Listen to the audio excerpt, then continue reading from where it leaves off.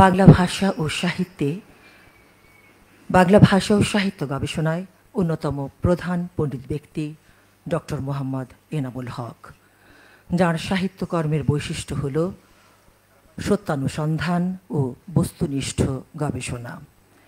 তিনি প্রাচীন ও মধ্যযুগীয় বাংলা সাহিত্যের লুপ্তপ্রায় পাণ্ডুলিপির সন্ধান দেন।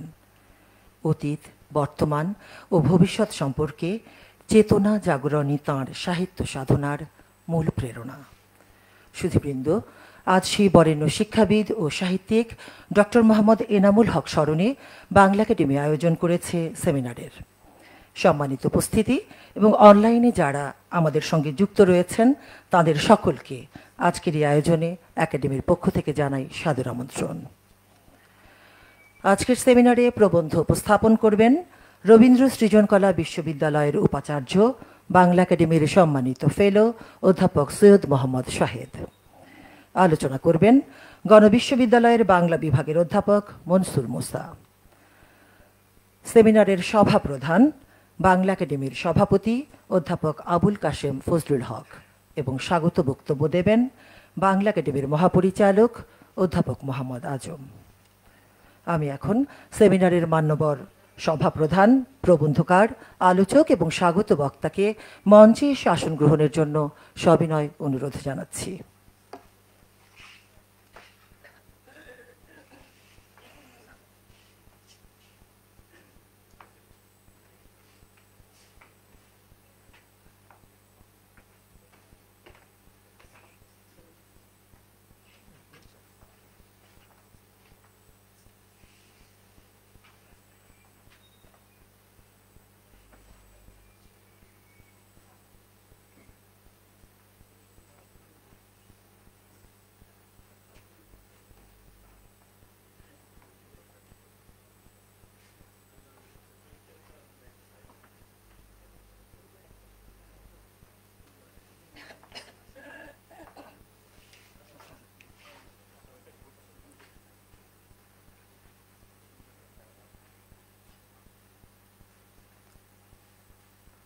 সভাপ্রধানের অনুমতিক্রমে মূল অনুষ্ঠান শুরু করছি।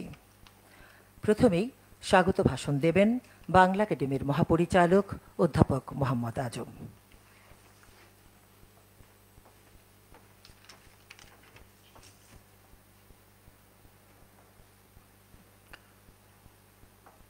মাননীয় সভাপ্রধান,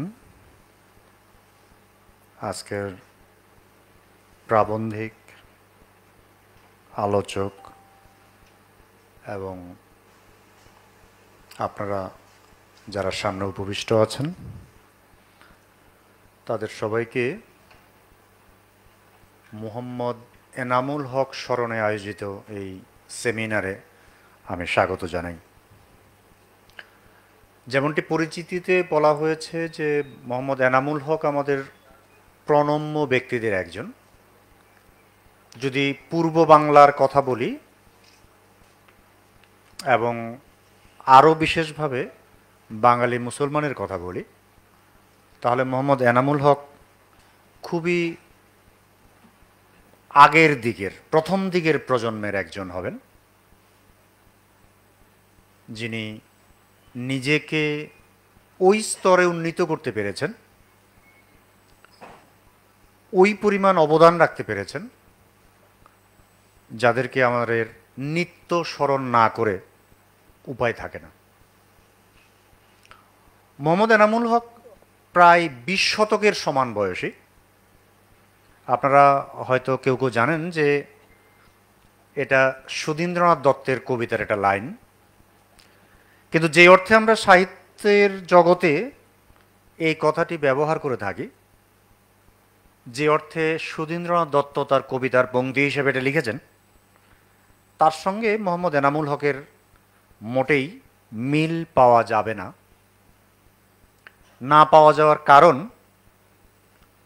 কলকাতার একটা অপেক্ষাকৃত অগ্রসর নাগরিক পশ্চিমায়িত পরিপ্রেক্ষিতের মধ্যে সুধীন দত্ত যেভাবে 20 শতককে উপলব্ধি করেছেন, তার অনুভূতিতে কিংবা জ্ঞানে 20 শতক যেভাবে আবির্ভূত হয়েছে, মোহাম্মদ এনামুল হকের সেই ধরনের কিছু ঘটার সম্ভাবনা ছিল না। তিনি পূর্ব বাংলার মানুষ এবং তিনি ওই কালের জন্য খুবই ইম্পর্ট্যান্ট ক্যাটাগরি বা বর্গ বাঙালি মুসলমান। এক অর্থে যদি আমরা মিলিয়ে দেখতে চাই তাহলে বলতে হবে যে তিনি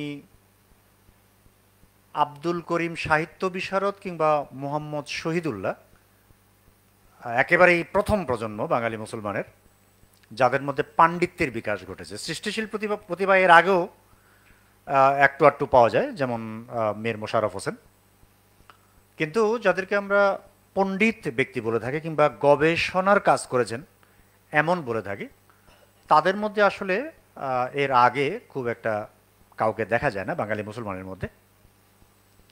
এবং কাজের ক্ষেত্রের দিক থেকে মোহাম্মদ এনামুল হক আসলে শহীদুল্লাহর পরবর্তী প্রজন্মের মানুষ এবং তাদের কাজেরও নানান ধরনের মিল ঝিল আছে। মোহাম্মদ এনামুল হক যে কালে বেঁচে ছিলেন বা বড় হচ্ছিলেন সেই কালে বিদ্যাচর্চার প্রধান কেন্দ্র ছিল কলকাতা, এবং মোহাম্মদ এনামুল হক কলকাতায় পড়াশোনা করেছেন এবং কলকাতার ওই কালের বিদ্যাচর্চার যে ধারা সেটা তাকে গভীরভাবে প্রভাবিত করেছিল। সেগুলোর একটা ছিল বহু ভাষায় দখল।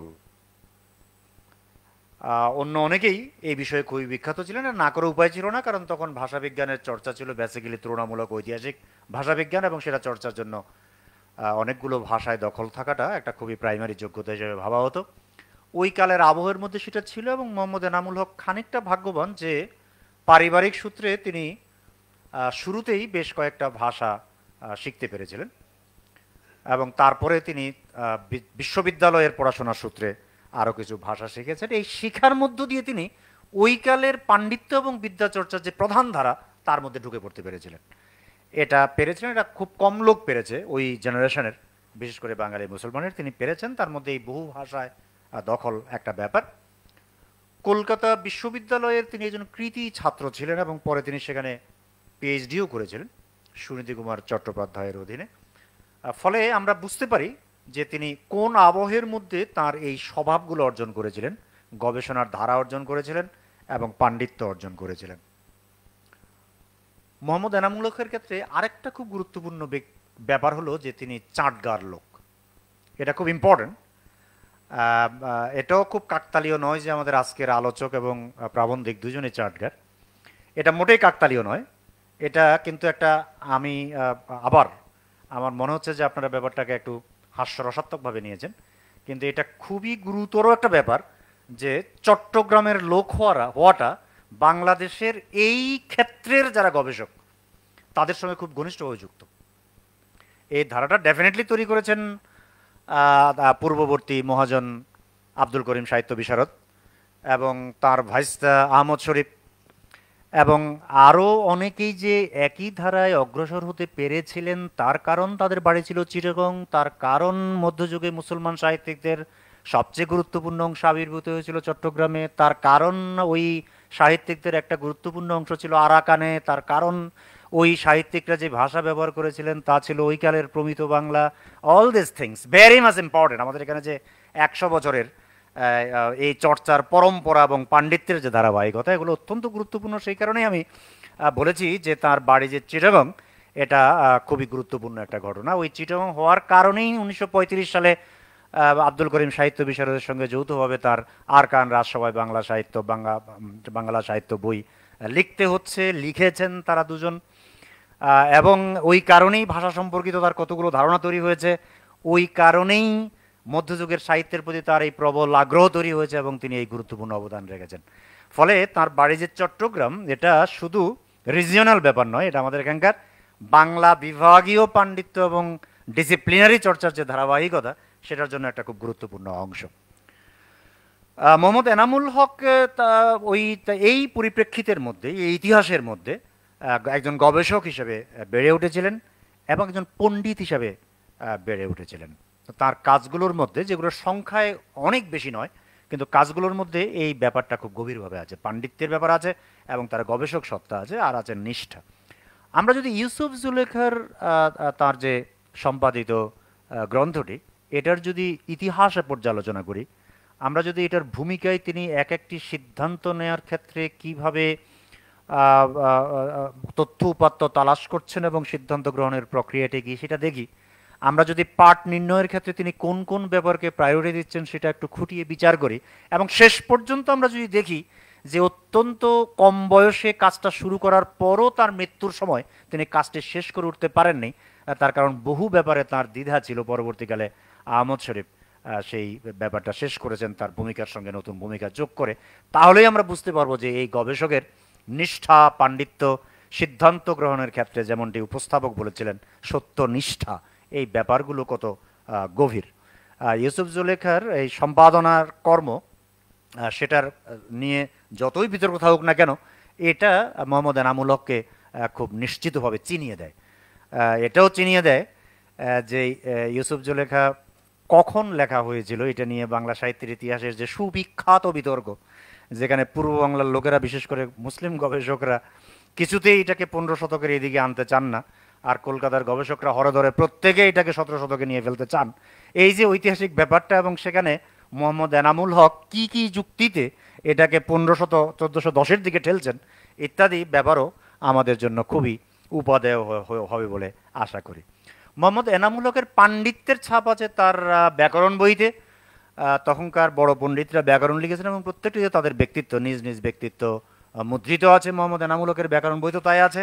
এবং আরেকটা কাজ, আমার নিজের ধারণা, আমি এখনও ঠিক নিশ্চিত নই যে বাংলা একাডেমির যে ব্যবহারিক অভিধান, এটাতে এনামুল হকের ব্যক্তিগত ভূমিকা কতটা, কিন্তু আমি নিজে যেহেতু বাংলা একাডেমির অভিধানগুলোর মধ্যে ব্যবহারিক অভিধানকে এক্সট্রিমলি প্রায়োরিটাইজ করি নানান কারণে, যেটা কখনো কখনো আমি লিখেছি এবং বলেছি, এবং আমার আন্দাজ, আমি এখনও নিশ্চিতভাবে এটা পরীক্ষা নিরীক্ষা করি নাই, কিন্তু আমার ব্যাপকভাবে আমার আন্দাজ যে ব্যবহারিক অভিধান এর যাবতীয় বৈশিষ্ট্যের মধ্যে মোহাম্মদ এনামুল হকের এই পাণ্ডিত্য, গবেষক সত্তা এবং নিষ্ঠার গভীর পরিচয় আছে।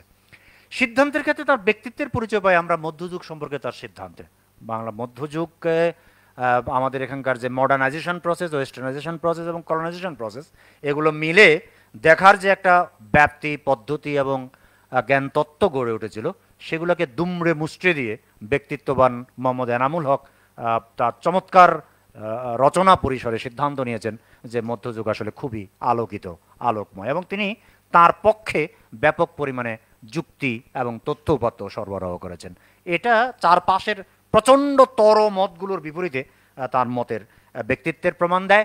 একই সঙ্গে সেই 1935-এর বই থেকে জীবনের শেষ পর্যন্ত তিনি যে কখনোই দোভাষী পুঁথির ভাষাকে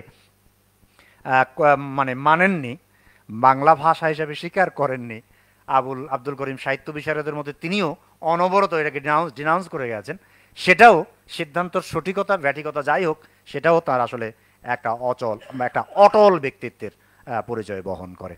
মোহাম্মদ এনামুল হককে আমরা আরও পাবো একজন প্রাতিষ্ঠানিক ব্যক্তি হিসাবে। আমরা জানি যে তিনি অনেকগুলো প্রতিষ্ঠানের সঙ্গে যুক্ত ছিলেন, তার মধ্যে বাংলা একাডেমিও আছে, বাংলা উন্নয়ন বোর্ড আছে, এবং তিনি বিশ্ববিদ্যালয়ের ভিসি হিসেবে কাজ করেছেন।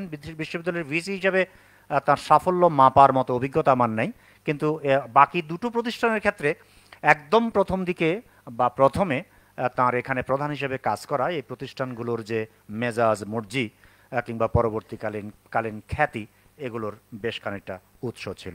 মোহাম্মদ এনামুল হক আমাদের জন্য একজন অত্যন্ত জরুরি ব্যক্তি, তার পাণ্ডিত্যের জন্য, তার কাজের জন্য, এবং নিঃসন্দেহে তার যে কাঠামোগত ব্যবস্থাপনার অভিজ্ঞতা তিনি আমাদের দিয়েছেন, তার জন্য আমরা তাকে স্মরণ করি, শ্রদ্ধা করি। এবং আজকের সেমিনারে আমাদের প্রাবন্ধিক আলোচক এবং সভাপতি যারা খুব ঘনিষ্ঠভাবে তার সঙ্গে পরিচিত, আশা করছি তারা নতুন আলো ফেলবেন মোহাম্মদ এনামুল হকের উপর। আপনাদের সবাইকে ধন্যবাদ জানাই।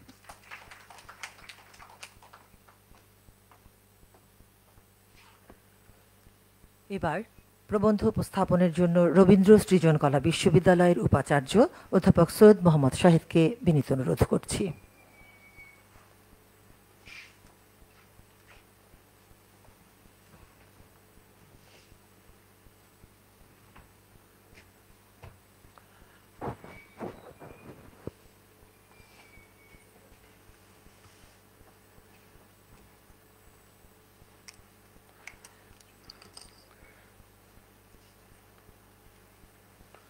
উপস্থিত সুধীবৃন্দ,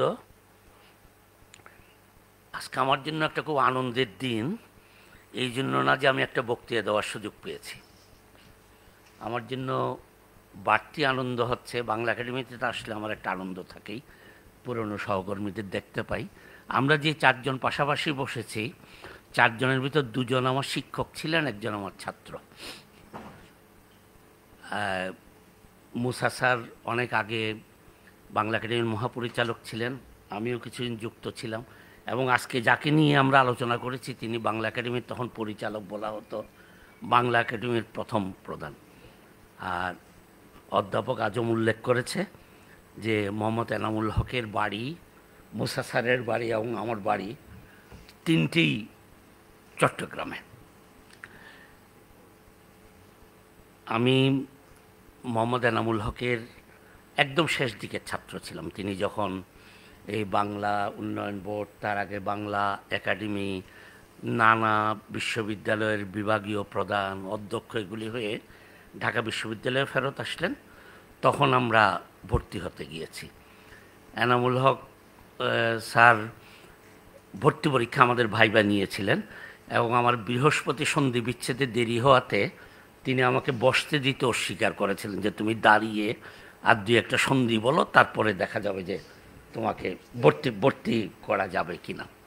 আরেকটা ছিল স্বাধীনতার পরপর একটা নতুন দেশ গড়ে তুলবে সবাই মিলে, আমরা বিজ্ঞান থেকে আসা অনেক ছাত্র ভর্তি হয়েছিলাম। স্যার দুই একটা ক্লাসের পরে আমাদেরকে চিনে ফেললেন, এবং স্যারের ধারণা ছিল যে কিছুদিন পর আমরা এখানে পড়বো না, ডাক্তারি অথবা ইঞ্জিনিয়ারিং পড়তে চলে যাব। আরেকটা হচ্ছে আমরা যারা চট্টগ্রামের, তাদের উচ্চারণ তো আর ছোটোবেলার উচ্চারণ আর বদলায় না। তো স্যার আমরা আমাদের মধ্যে কেউ কেউ প্রশ্নের উত্তর দেওয়ার চেষ্টা করলে খুব পছন্দ করতেন না। আমরা বলতেন যে তুমি ফাইটবে না, তোমার উচ্চারণ ভালো না। তো এখন এইরকম কিন্তু আমরা খুব সমীহ করতাম, ভয়ও পেতাম। আমরা যখন স্যারকে দেখেছি তখন প্রায়ই তিনি এই হলুদের কাছাকাছি রঙের স্যুট পরে আসতেন, হাতে একটা লাঠি থাকতো, এবং খুব সম্ভবত স্যারের সবগুলি দাঁত বাঁধানো ছিল, কারণ এত পরিষ্কার সুন্দর দাঁত, অরিজিনাল দাঁত হওয়ার কথা না, গৌরবর্ণ ছিলেন দেখতে। মানে আমরা তাকিয়ে থাকতাম স্যারের দিকে। এবং একটু বলি, সেটা হচ্ছে আমরা যখন ছাত্র দেখতাম যে স্যার, তখন তো নিজের ঘরের দরজা খুলতে হতো, এত পিয়ন ছিল না। স্যার আসলে যদি শরীফ স্যার তাকে দেখতে যান, অধ্যাপক আহমদ শরীফ, আমরা প্রায়ই দেখতাম যে শরীফ স্যার গিয়ে স্যারের কাছ থেকে চাবিটা নিয়ে দরজা খুলে দিয়ে স্যারের লাঠিটা হাতে নিয়ে ঘরে ঢুকিয়ে দিয়ে তারপরে স্যার নিজের ঘরে যেতেন। এই যে সমীহ শ্রদ্ধা। এবং এনামুল হকের স্যারের মতো লোকের তো এগুলি অবশ্যই পাওনা ছিল। এনামুল হক অধ্যাপক আজম বলেছে যে তার অনেক কিছুর জন্য আমাদের কাছে সুপরিচিত, বিশেষত বাংলা সাহিত্যের ইতিহাস নিয়ে তার মৌলিক অনেক সিদ্ধান্ত আছে, মধ্যযুগের অনেকগুলি লেখক এবং পুঁথি নিয়ে তার মৌলিক সিদ্ধান্ত আছে।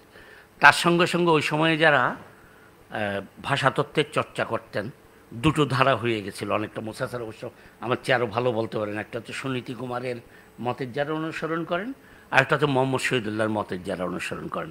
এনামুল হক সাহেব খুব সম্ভবত সুনীতি কুমার দ্বারা প্রভাবিত ছিলেন, এবং সেই কাজগুলি তার বিখ্যাত ছিল। এবং তার যে বিখ্যাত ব্যাকরণ বই, সেটা আমাদের পড়তে হয়েছিল, কারণ উনি আমাদের ক্লাসে ব্যাকরণই পড়াতেন, এবং উত্তর দিতে না পারলে দাঁড় করিয়ে রাখতেন যে ব্যাকরণ এড়িয়ে, এবং বলতেন যে শহীদুল্লাহর ব্যাকরণ খুব ভালো, কিন্তু তার ছেলের ওইটা নষ্ট করে দিয়েছে, ছাপার সময় বদল করে দিয়েছে, ওইটা দিয়ে আর কাজ হবে না। কিন্তু আজকে আমি যে বিষয়টা আপনাদের সঙ্গে সামনে বলতে চাই, সেটি হচ্ছে মোহাম্মদ এনামুল হকের এই যে খ্যাতিগুলি, ইতিহাস, সুফিজম, ব্যাকরণ, ভাষাতত্ত্ব, তার বাইরেও একটা বড় ব্যাপার আমরা সাধারণত লক্ষ্য করি না, সেটা হচ্ছে এখন আমরা যেটাকে ফোকলোর বলি, সেই বিষয়টাতে এনামুল হক সাহেবের প্রচুর অধ্যয়ন এবং লেখালেখি ছিল। তা আমি সভা প্রধানের অনুমতি নিয়ে যে এই বিষয়টা নিয়ে আজকে বলবো, আমার ধারণা যে অন্যান্য সময় অন্য বিষয়ে আলাপ করা যেত। এনামুল হক সাহেবকে আমরা এখনকার ফোকলোরের ভাষায় বলতে পারি লিটারেরি ফোকলোরিস্ট। ফোকলোর এখন বিজ্ঞানের নানা রকম সূত্র আবদ্ধ করে অনেক অগ্রসর হয়েছে এবং অনেক জটিল হয়েছে। কিন্তু মোহাম্মদ এনামুল হকরা যখন এটা চর্চা করতেন তারা সাহিত্যের প্রেক্ষাপট থেকে এসেছিলেন। এর প্রথমজন দীনেশ চন্দ্র সেন, তারপর আব্দুল করিম সাহিত্য বিশারদ, আমাদের এই অঞ্চলে মোহাম্মদ শহীদুল্লাহ, মোহাম্মদ এনামুল হক এবং মোহাম্মদ মনসুর উদ্দিন। এদেরকে আমরা মোটামুটি ধরতে পারি যে এই ভারত বিভাগের আগে ফোকলোর চর্চার দ্বারা, যেটা ভারত বিভাগের পরও অনেকটা তারা অগ্রসর করে নিয়ে গেছেন, সেই ধারার লোক। আমি এই প্রবন্ধটার নাম দিয়েছি মোহাম্মদ এনামুল হকের লোক সংস্কৃত চিন্তা, কিন্তু সবার কাছে ক্ষমা চেয়ে নিচ্ছে। আমি একটা ড্রাফট মতন লিখেছি, কিন্তু এটাকে ঠিক টাইপ করানোর সময় পাইনি আর কি। বাংলা একাডেমিকে আমি এটা টাইপ করিয়ে দেব। তো এই আমি লোকসংস্কৃতি চিন্তা বলার কারণ হচ্ছে যে এনামুল হক তার যে লেখনী, সেখানে কোথাও ফোকলোর শব্দটা ব্যবহার করেননি। তখন পর্যন্ত হয়তো এটা অত ব্যবহৃত ছিল না, কিন্তু মোহাম্মদ শহীদুল্লাহ করেছেন। মোহাম্মদ শহীদুল্লাহ এনামুল হকের প্রায় 20 বছরের বড় ছিলেন স্যার, তাই না? প্রায় 20 বছরের বড় হয়, 17 বছরের মোহাম্মদ শহীদুল্লাহ করেছেন, কিন্তু এনামুল হকের লেখার মধ্যে এখন পর্যন্ত আমি এটা পাইনি। সে কারণে তিনি লোক সংস্কৃতি শব্দটা ব্যবহার করেছেন, ফোকলোর আমরা যে অর্থ ব্যবহার করছি আমিও সেই শব্দটা নিয়েছি। এটা দুটো অংশ। একটা হচ্ছে মোহাম্মদ এনামুল হক সাহিত্যের আলোচনার কারণে বাংলা লোকসাহিত্য নিয়ে অনেক কিছু লিখবেন, এটা খুব স্বাভাবিক। কিন্তু বাংলা লোকবিশ্বাস, লৌকিক ধর্ম, লোকাচার, সংস্কার এগুলি নিয়ে লিখেছেন তিনি লোকসাহিত্যের চেয়ে বেশি। তা আমি প্রথমে এই অংশটা নিয়েই বলবো, এবং পরে হয়তো খুব বেশি যদি বিরক্তিকর না হয়ে যায় সময়ের দিক থেকে, তাহলে লোকসাহিত্য নিয়ে 2-4টা তার কথা বলার চেষ্টা করব। এই ক্ষেত্রে আমি টেক্সট হিসেবেই নিয়েছি বঙ্গের সুফি প্রভাব। মনীষা মঞ্জুষা বলে তার 3 খণ্ডের একটা প্রবন্ধের বই আছে। সেই বইতে 1957-তে লোকসাহিত্যর শাখার যে বরিশাল সাহিত্য সম্মেলনে লোকসাহিত্য সভায় তিনি সভাপতি ছিলেন। তখন তো এই সম্মেলনগুলি হতো, এখন তো এই জ্ঞান চর্চা প্রায় উঠেই গেছে জেলায় জেলায় গিয়ে। যেমন মোহাম্মদ শহীদুল্লাহর যে বিখ্যাত লোকসাহিত্য নিয়ে প্রবন্ধ, সেটা হচ্ছে 1939 সালে নেত্রকোনাতে গিয়ে সাহিত্য সভায় বলা, এবং ওইখানকার দাবির প্রেক্ষিতেই ঢাকা বিশ্ববিদ্যালয়ে মহুয়া পাঠ্য হয়েছিল। কলকাতা বিশ্ববিদ্যালয় দীনেশ চন্দ্র সেন এটা সম্পাদনা করলেও কলকাতা বিশ্ববিদ্যালয়ে 30 বছরের মধ্যেও এটা পাঠ্য করেনি। ঢাকা বিশ্ববিদ্যালয় অনেক আগে পাঠ্য। মোহাম্মদ এনামুল হকেরও ওই রকমের একটা আমি বলবো যে আইকনিক বক্তৃতা হচ্ছে এই বরিশাল সাহিত্য সম্মেলনে, যেখানে লোকসাহিত্য নিয়ে তিনি বলেছেন। এছাড়া তার যে কাজ মোহাম্মদ আজম বলেছে সুফিজম বেঙ্গল, এটা মুসা স্যারের সাথে সকালে কথা হচ্ছিল যে তিনি অনেক ফিল্ড ওয়ার্ক করে এটা তৈরি করেছিলেন, কিন্তু এখানে এমন অনেক কথা ছিল যেগুলি ওই 36-এর পরে আমাদের এখানে যে সাম্প্রদায়িক একটা উন্মাদনা আসলো তাতে বলা সম্ভব ছিল না, যার ফলে বঙ্গে সুফি প্রভাব অনুবাদ করা অথবা রূপান্তর করার সময় ইনি অনেক বিষয় এড়িয়ে গেছেন। এবং আমি যখন তার লেখার থেকে নানা রকম কোটেশন লিখছিলাম, তখন আমার মনের মধ্যে এই প্রশ্নটা উকি দিয়েছে যে এই কথা বলে আমি আবার কোন বিপদের মধ্যে পড়ি, যে কথাগুলি তিনি বলেছেন। তারপরে এটা একটা একাডেমিক আলোচনা, এটা উনি বলেছেন, সেই সূত্র ধরে আমি সেই প্রবন্ধগুলি নিয়ে বলার চেষ্টা করব। মোহাম্মদ এনামুল হক লোকসংস্কৃতিকে চিহ্নিত করেছেন পল্লী সংস্কৃতি অভিধায়। লোকসাহিত্য বলেছেন, লৌকিক ধর্ম বলেছেন, কিন্তু ওই লোকসংস্কৃতি কথাটা ঠিক খুব বেশি ব্যবহার করেননি, তার চেয়ে বেশি বলছেন পল্লী সংস্কৃতি। বলছেন যে আমাদের এই যে সংস্কৃতি, এইটা 3টা সভ্যতার সমন্বয়ে গঠিত হয়েছে। একটা হচ্ছে অনার্য, আমরা হয়তো এখন প্রাক আর্য বলবো, অনার্য কথাটা এখন আর অতটা ব্যবহৃত হয় না। আর্য এবং মুসলিম সংস্কৃতি, কোথাও এই 3 সংস্কৃতি মিশিয়ে একটা সংশ্লেষণ তৈরি হয়েছে, কোথাও এগুলি আলাদা আলাদাভাবে আমাদের সংস্কৃতিকে প্রভাবিত করেছে। এই বিভিন্ন সংস্কৃতির যে সংমিশ্রণ, তার আদিস্তর হচ্ছে প্রাক আর্য অথবা অনার্য স্তর, এনামুল হকের কথা। এবং তিনি উদাহরণ দিচ্ছেন যে অনার্যরা গাছ, মাছ, সাপ, বাঘ, পাথর, ভূত এগুলির পূজারী ছিল। আমাদের যে লৌকিক বিশ্বাস এবং আচারের মধ্যে এগুলি রয়ে গেছে, সেইটা হচ্ছে সেই অনার্য বিশ্বাসের ফল। যেমন তিনি বলছেন যে এখনও আমরা ভূত প্রেতে বিশ্বাস করি, আমরা ভূত প্রেত কেউ কখনো দেখি নাই, কিন্তু ভূত প্রেতে বিশ্বাস করি, তার জন্য ওঝা ডেকে আনি, তার নানা রকম ঝাড়ফুঁক করি, ইত্যাদি ইত্যাদি। বলছে যে বাঁশ মাদারের যে এই পূজায় বলা যায় একরকম একটা বাঁশের আগায় কতগুলি সুতা বেঁধে, বলছে অনার্যরা যে বাঁশ পূজা করত সেইটার অবশেষ হচ্ছে এটা। এরকম করে তিনি নানা রকম এই যে ব্রতের শিরল, লাউল, ভাদুলি, সেজুতি, ভাসানে মনসা, শীতলে শীতলা, এমনকি বাঘের দেবতাকে যে দক্ষিণ রায় এবং এই সত্যবীর, সত্যনারায়ণ ইত্যাদি বলে পূজা করা, এর সবটাকে এনামুল হক মনে করছেন যে আমাদের যে প্রাক আর্য পূর্বপুরুষ তাদের থেকে পেয়েছেন।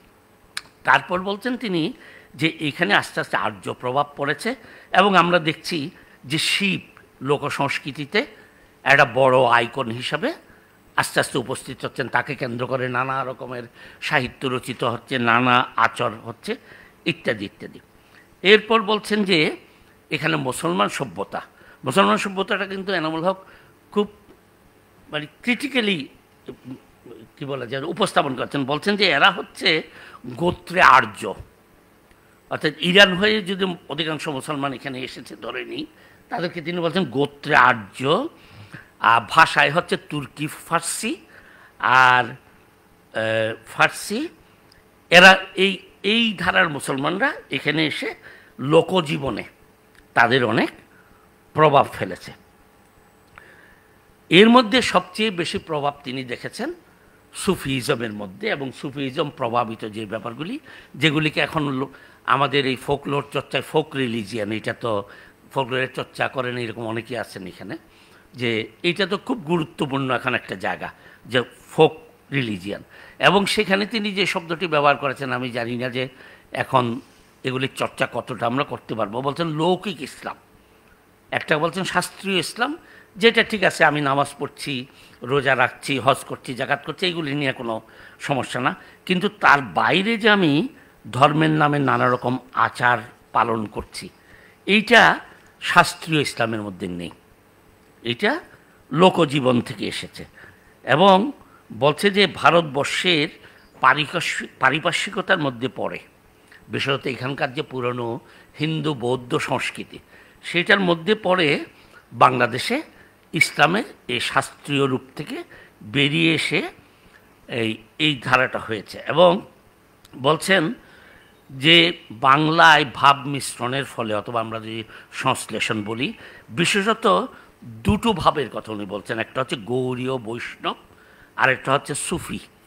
বলছে এদের থেকে বাইরে এসে বাংলা সাধারণ শ্রেণীর মুসলমানদের মধ্যে এমন এক নতুন ইসলাম জন্মলাভ করিল, এনামুল হকের কথা, যাহাকে লৌকিক ইসলাম বলিয়া নাম দেওয়া যায়। বাংলায় এই লৌকিক ইসলামের রূপ অতি চমৎকার ও কৌতুকাবহ। ইহাতে হিন্দু ধর্ম স্থান পাইয়াছে, বৌদ্ধ ধর্ম জায়গা করিয়া লইয়াছে, এবং আর্য অনার্য বৈষ্ণব বিশ্বাস প্রবেশ করিয়াছে। এই লোক ইসলামের একটা বড় জায়গা তিনি বলছেন যে কেন হয়েছে, 3-4টা কারণ দেখাচ্ছে। একটা হচ্ছে ধর্মান্তর, অর্থাৎ অন্য ধর্মের লোকরা ইসলাম ধর্ম গ্রহণ করেছে, কিছুদিন হয়তো খুবই শাস্ত্রীয়ভাবে ইসলামকে মেনেছে, কিন্তু তাদের মধ্যে যে সুপ্ত সংস্কারগুলি ছিল অথবা আচারগুলি ছিল সেটা ক্রমান্বয়ে ফেরত এসেছে। দ্বিতীয় হচ্ছে যেটা আগে বললাম যে হিন্দু ধর্মের পারিপার্শ্বিকতার মধ্যে তার প্রভাব, প্রতিবেশীর প্রভাব অনবরত পড়েছে। আরেকটা হচ্ছে সুপ্ত মানসিকতার পুনর্জাগরণ, যে ছিল ভিতরে অনেকদিন এটা প্রকাশ হয়নি, আস্তে আস্তে প্রকাশ হয়েছে। এই জন্য এনামুল হক যে কথাটা ব্যবহার করেছেন সবাই হয়তো একমত হবেন না, বলছেন যে লৌকিক ইসলাম বাঙালি মুসলমানের মানসপুত্র, বাঙালি মুসলমানরাই এটাকে লালন পালন করেছে। এরপরে কি হচ্ছে এনামুল হক সাহেব বলছেন, বাংলাদেশে অশিক্ষিত বা অর্ধশিক্ষিত ব্যক্তিদের মধ্যে খ্রিস্টীয় 16 শতাব্দী হইতে আরম্ভ করিয়া 17 শতাব্দীর শেষ সময়ের ধর্মকে সহজভাবে উপলব্ধি করিতে এমন ক্ষুদ্র ক্ষুদ্র অসংখ্য সম্প্রদায় দেখা দিল। এই লৌকিক ইসলাম থেকে ভেঙে আবার বেরোচ্ছে, যেমন তিনি বলছেন যে হজরতি, গোবরায়, এই সাহেবধ্বনি, ফকির, বাউল, এগুলি লৌকিক ইসলাম থেকে ভেঙে ভেঙে বেরিয়ে আসছে। এবং এর একটা খুবই প্রতিষ্ঠিত লোক হচ্ছে পীরবাদ। এই পীরকে কেন্দ্র করে যে পীরবাদকে এনামুল হক সাহেব খানিকটা নিন্দাই করছেন। বলছেন যে পীরবাদ প্রাচীন সুফি মতবাদের বিকৃত ও বহু পরবর্তী সংস্করণ, একাদশ শতাব্দীর আগে এটা ছিল না। পীরবাদের কেন উদ্ভব হয়েছিল এনামুল হক সাহেব বলছেন, সুফি মতবাদের মধ্যে বৌদ্ধ মানসিকতা হিন্দু মানসিকতা পূর্ণ ক্রিয়াশীল হলে পীরবাদের উদ্ভব হয়, এবং এর একটা বড় জায়গা তিনি মনে করছেন যে বৌদ্ধ যে থেরা ছিল তাদের প্রতি যে বৌদ্ধ সম্প্রদায়ের একরকমের ভগবান তুল্য শ্রদ্ধা ছিল, সেটা অনেকটা পীরের উপর গিয়ে পড়েছে। এবং খুব রসিকতা করে বলছেন যে পীরবাদ প্রধানত পারস্য পূর্ববর্তী বিশাল ভূখণ্ডের ইসলামী খিচুড়ি। এই খিচুড়ি পাকাইবার ব্যাপারে তুর্কি, তাজিক, আফগানি, ফার্সি প্রভৃতি বৌদ্ধ ধর্মত্যাগী মুসলমানগণই প্রধানত পাচকের কাজ করিয়াছিল। পীরের কবরে বলছেন যে না হলে পীরের কবরে তো সিঁদুর দেওয়া হতো না। পীরের কবরে যে সিঁদুর দেওয়া হচ্ছে এটা তো মুসলমান ধারা থেকে আসেনি। এবং তিনি এই যে বলছিলাম যে তার যদি আমরা জীবন দেখি, তিনি কিন্তু বাংলাদেশের বিস্তৃত অঞ্চলে কাজ করেছেন। আমি একটা তালিকা করার চেষ্টা করেছিলাম তিনি এত কিছু জানলেন কি করে, মানে প্রত্যক্ষভাবে। আমি হিসাব করে দেখেছি 1902 থেকে 23 শুনেছিলেন রাউজানে একবারে গ্রামে, 23 থেকে 27 চট্টগ্রাম শহরে, চট্টগ্রাম কলেজে পড়তেন, 27 থেকে 35 কলকাতা, ওখানে তিনি দুটো বিষয়ে MA করেছেন এবং PhD করেছেন। 35 থেকে তার কর্মজীবন শুরু। এবং আমরা তো অনেক সৌভাগ্যবান, এখন এই কিছু হলে বিশ্ববিদ্যালয়ে চাকরি পাই। মোহাম্মদ শহীদুল্লাহ এবং এনামুল হক দুজনকে স্কুলে হেডমাস্টার হতে হয়েছিল চাকরি পাওয়ার জন্য। প্রথমে তিনি মিরেশ্বরাইতে গেলেন 37, সেখান থেকে 24 পরগনার বারাসাত, মানে একেবারে আরেক প্রান্তে 41 পর্যন্ত, সেখান থেকে হাওড়াতে 42 পর্যন্ত, সেখান থেকে মালদহে 45 পর্যন্ত, 45 উনি ঢাকা আসলেন, সেখান থেকে আবার রাজশাহীতে গেলেন, রাজশাহীতে 2 জায়গায় 3 জায়গায় করে আবার ঢাকা আসলেন, 54-তে চট্টগ্রাম গেলেন, আবার রাজশাহী গেলেন, 64 থেকে স্থায়ীভাবে ঢাকা। এবং উনি এই যে পীর অথবা অন্যান্য বিষয় নিয়ে এত জেনেছেন, এটা নিশ্চিতভাবে তিনি এর অনেক প্রত্যক্ষ অভিজ্ঞতা এর মধ্যে কাজ করেছে। এবং তিনি নানা উদাহরণ দিয়েছেন। বলছেন যে পীর পুকুর গোসল করছে অমুক জায়গায়, মানিকতলায় কলকাতার মানিক পীরের সমাধি আছে, কোথাও 5 পীরের সমাধি আছে। বলছেন যে মাদারের জট, ওই যে লম্বা টিকি রাখা হয়, মনে করা হয় যে এটা রাখলে সন্তান দীর্ঘজীবী হবে। এরকম নানা রকম ফিল্ড ওয়ার্কের উদাহরণ তিনি দিয়েছেন। এরপরে তিনি তার যে পর্যবেক্ষণ বলছেন, এই সমস্ত পীর শুধু মুসলমানদের পূজা ও ভক্তি পেয়ে সন্তুষ্ট নন, তাদের অনেকে হিন্দু শ্রদ্ধা, পূজা ও ভোগ লাভ করে প্রায় দেবতা বনে গেছেন। এই পীরদের মাহাত্ম্য বা প্রশংসা কীর্তন করতেই অনেক গান রচিত হয়েছে। উদাহরণ দিয়েছেন গাজীর গান, জিন্দা পীরের গান, 5 পীরের গান, শাহ মাদারের গান, মানিক পীরের গান, সোনা পীরের গান, সত্য পীরের গান ইত্যাদি উনি গানসহ উদাহরণ দিয়েছেন। এরপরে তিনি বলছেন যে এই পীরদের অনেকে ঐতিহাসিক ব্যক্তি না, অনেকেই কাল্পনিক ব্যক্তি, এবং এক সময় ওই ইতিহাস আর কল্পনা একাকার হয়েছে। একটা হচ্ছে যে একেবারে ছিলেনই না, এরকম অনেককে আমরা ছিলেন বলে প্রতিষ্ঠা করেছি। আরেকটা হচ্ছে ছিলেন কিন্তু এইরকম ছিলেন না, তার অনেক মাহাত্ম্য আমরা যোগ করেছি। তিনি বলছেন যে সম্ভবত হিন্দুদের দেবদেবীর যে আধিক্য হয় সেটার সাথে প্রতিযোগিতা করতে গিয়েই মুসলমানরা এত আবার পীর ইত্যাদি মাজার এগুলি সৃষ্টি করেছে। তিনি বেশ কিছু পীরের কথা বলছেন, তাদের কিভাবে আরাধনা করা হতো সেগুলো, অধিকাংশগুলি প্রায় একই রকমের। যে একটা মাজার আছে, সেইখানে সিন্নি দেওয়া হচ্ছে, সেইখানে ধূপ জ্বালানো হচ্ছে, ফুল দেওয়া হচ্ছে, এই পর্যন্ত ঠিক আছে। তারপর বলছেন সেখানে সিঁদুর লেপন করা হচ্ছে। তখন বলা হচ্ছে যে এটা তো শাস্ত্রীয় ইসলামের সাথে কোনোভাবেই মিলবে না। আবার বলছেন যে অনেকে ওই পীরের ওইখানে গিয়ে তার গাভীর প্রথম দোয়ানো দুধটা, তার কাঁঠাল গাছের প্রথম কাঁঠালটা, প্রথম ফলটা, এগুলি সব দিয়ে আসছেন, এরকমভাবে একটা কথা বলছেন।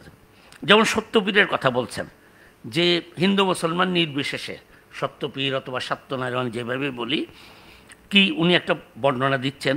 সাধারণভাবে পূর্ণিমার সন্ধ্যায় ময়দা, চাল, চিনি, গুড়, দুধ, কলা, নারিকেল, পান, সুপারি, আমার ধারণা এগুলি বঙ্গের পুরনো ফসল সবগুলি, এগুলি দিয়ে এই চৌকির উপর একটা শলাকা, যে কোনো একটা দণ্ড দিয়ে সেখানে ফুলের মালা দিয়ে এই সত্যপীরের পূজা করা হয়। রাজশাহীতে এক জায়গাকে বলা হচ্ছে সত্যপীরের ভিটা, তারা সেটা বিশ্বাস করছে। এরকমের মানে ফিল্ড ওয়ার্কের অনেকগুলো উদাহরণ এই এনামুল হকের কাজের মধ্যে আমরা দেখছি। আবার বলছে যে যখন সেটা হিন্দু সম্প্রদায় থেকে পূজা করা হচ্ছে সেটা সত্যনারায়ণে পরিণত হচ্ছে। আরও দু একটা খুব ইন্টারেস্টিং ফাইন্ডিং আছে, যেমন জিন্দা পীর বলছেন যে এটা হচ্ছে আসলে খোয়াজ খিজির, মুসলমানদের যে খোয়াজ খিজির সেটা পরবর্তী সময়ে সকলের কাছে গ্রহণযোগ্য হতে গিয়ে জিন্দা পীর হয়ে গেছে।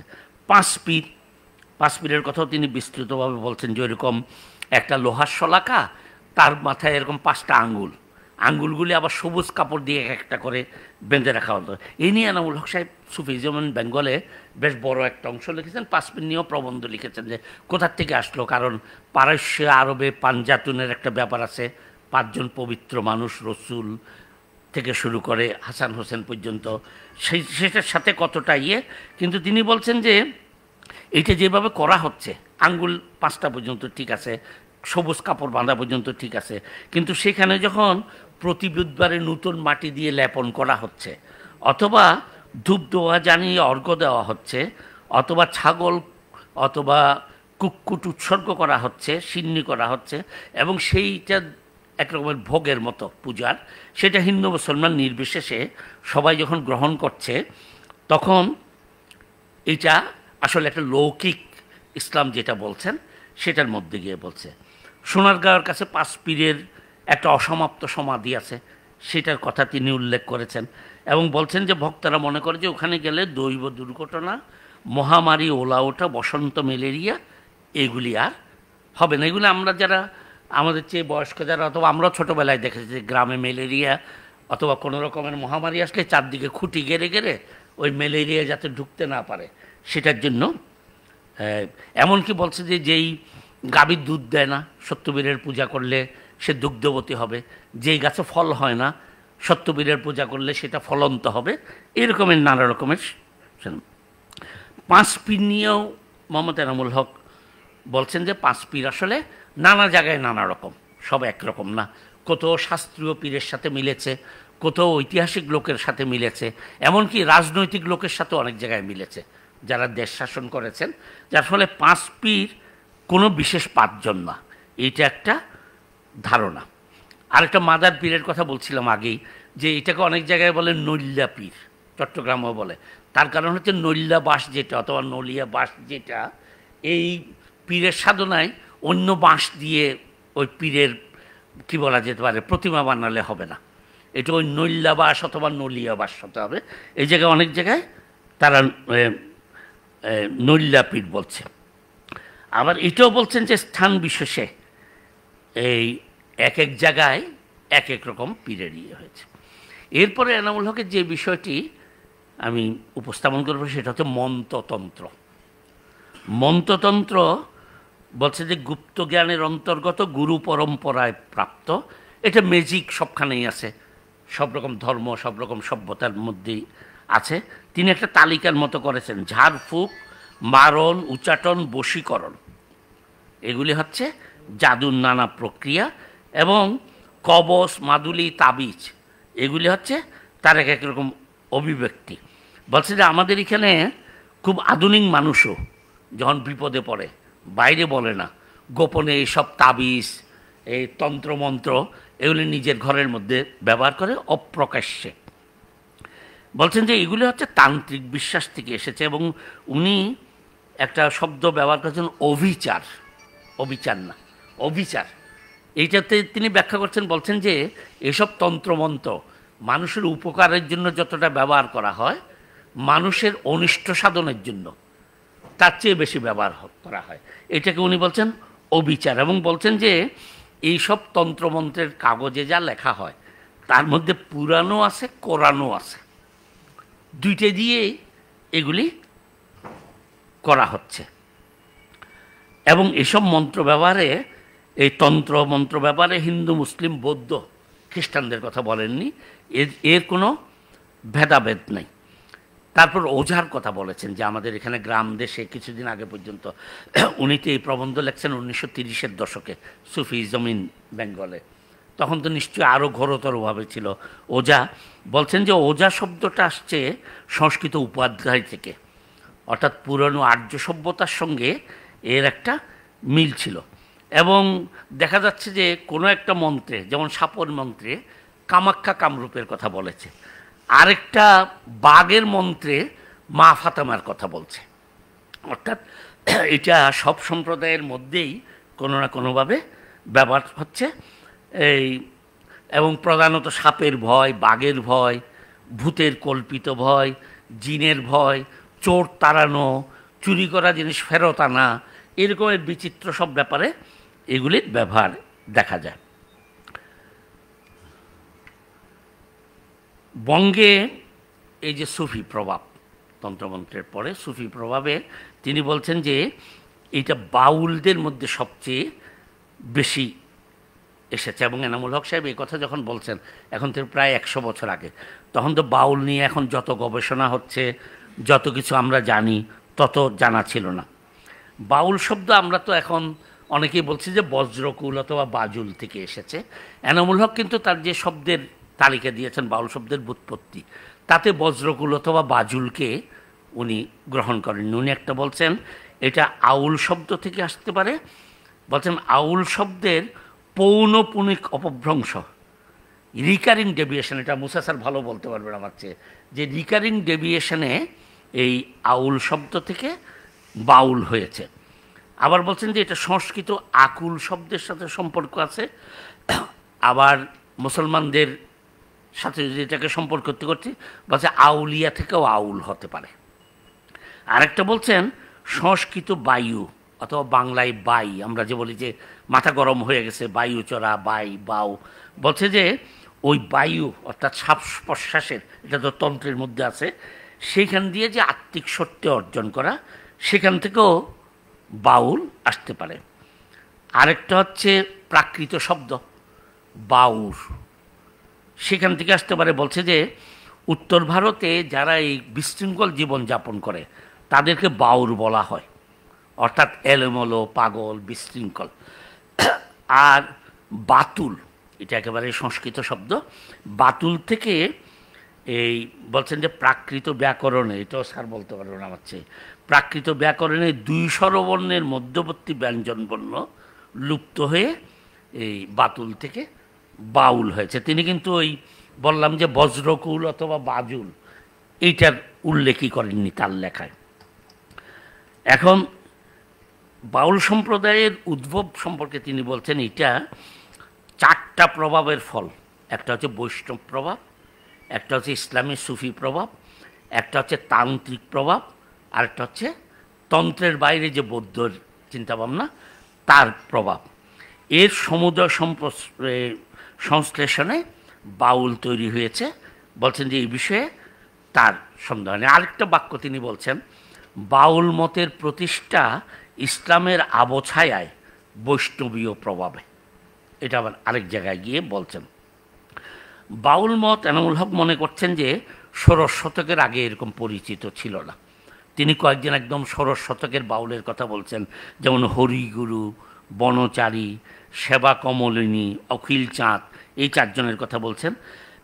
বলছেন যে 16 শতাব্দীতে ইসলামিক পারিপার্শ্বিকতায় মধ্যে থাকিয়া বৈষ্ণব সুফি প্রভাবে নিরক্ষর শ্রেণীর ভিতর যে মর্মমুখী চিন্তা, এই মর্মমুখী কথাটা অনেকবার ব্যবহার করছেন এনামুল হক, যে মর্মমুখী চিন্তা বিকশিত হয়ে ওঠে তাহাই বাউল মত।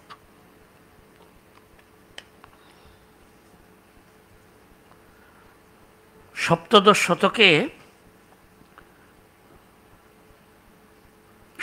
শতকের প্রথম দিকে বাংলার নিরক্ষর ভাবনার লোকের উদাস ও মরমের সঙ্গীতের মধ্যস্থতায় বাউল মত ছড়িয়ে পড়ে। বলছেন যে গানের মাধ্যমে এটা ছড়িয়ে পড়ে এবং বৈষ্ণবরা যখন বেশি শাস্ত্রের দিকে ঝুঁকে যায় তখন সাধারণ মানুষ বাইর হয়ে বাউল মতে আসে। অষ্টাদশ শতকে বাংলার সর্বত্র বাউল মত প্রতিষ্ঠিত, বিস্তৃত ও আদৃত হয়। এই সময়ে বাংলা বাউলভাবে প্লাবিত হয়ে যায়। কিন্তু তিনি বলছেন যে এই সময়ে অনেক বাউল গুরু এবং পদকর্তার আবির্ভাব ঘটে। আমি এনামুল হক সাহেবের লেখাটা যতটা পড়েছি, আমার কিন্তু লালনের নাম কোথাও চোখে পড়েনি। এই যে বাউল নিয়ে এত কথা বলছেন, লালনের নাম ওনার এটার মধ্যে আমার চোখে পড়ে না। আরও একটু পরে দেখতে হবে যে বলেছেন কেনা ওদের। বলছে যে এখন এই একটা যখন একেবারে হাইটে উঠে গেল, তারপরে এটা বিকৃতি শুরু হয়ে যায়। এবং এই যে বাউল বিরোধী যে 19 শতকে মনোভাব, তিনি বলছেন যে গৃহী বাউল যখন শুরু হলো, এই গৃহী বাউলরা যখন নানা রকম অনাচার শুরু করলো সমাজ জীবনের মধ্যে থেকে, তখন বাউল বিরোধী একটা মনোভাব গড়ে উঠল। বিশেষত ফারাইজি আন্দোলন, এই ইসলামের সংস্কার আন্দোলন যখন শুরু হলো তখন, এবং বাউলদের বিরুদ্ধে বাউল নিধন ফতোয়া এরকমের নানা কিছু জারি হতে শুরু করলো। বাউল মত সম্পর্কে এনামুল হকের কতগুলি খুব কী বলা যায় চিত্তাকর্ষক মন্তব্য আছে। যেমন বলছেন যে এই ধরনের মত প্রতিষ্ঠা করতে হলে যে কোনো একজন করছেন, যেমন মুসলমান ধর্ম রসুল করছেন, কি বৌদ্ধ ধর্ম বৌদ্ধ করছেন, হিন্দুদের অনেক পুরনো দিকে যদি দেখি আমরা। কিন্তু বলছেন বাউল মতের এরকম কোনো প্রতিষ্ঠাতা পাওয়া যায় না। এবং তিনি বলছেন যে এই যে আখড়া, এগুলি পরবর্তী সময়ে প্রতিষ্ঠিত হয়েছে। ওইরকম মানে একটা অর্গানাইজড আখড়া অথবা এরকমের একটা খুব সংগঠিত সম্প্রদায়, এইটা দীর্ঘদিন ধরে বলছিলেন। এবং তাদের সাধন পদ্ধতিও এখন যেরকম কতগুলি সুনির্দিষ্ট সাধন পদ্ধতির কথা বলা হয়, সেই সুনির্দিষ্ট সাধন পদ্ধতিও তাদের ছিল না, যার যার মতো তার ইয়ে করত। যার ফলে এনামুল হক সাহেব ঠাট্টা করে বলছেন যে তাদের যে মত, ওই সুফিজম ইন বেঙ্গলে বলছেন, তার বাংলা অনুবাদ থেকে আমি বলছেন যে তাদের মতকে এই পর্যন্ত কেউ শৃঙ্খলিত করার চেষ্টা করা দেয়, মানে এটা যে সুশৃঙ্খল করে এটাকে উপস্থাপনা করবে তখন পর্যন্ত এইটা পাওয়া যায় না। বলছেন যে তাদের কোনো সম্প্রদায়গত দৃষ্টিভঙ্গি নাই, তারা প্রেমিক, মরমী, উন্মনা, উদাসীন, ত্যাগী, জগতের সুখ দুঃখ হর্ষ বিষাদ থেকে বহু দূরে। এবং গৃহী বাউল যারা, তাদেরকে তিনি খুবই নিন্দা করছেন। বলছেন যে এরা হচ্ছে প্রতারক, বাউল সাধনাকে তারা অপব্যবহার করে ইয়ে করছে।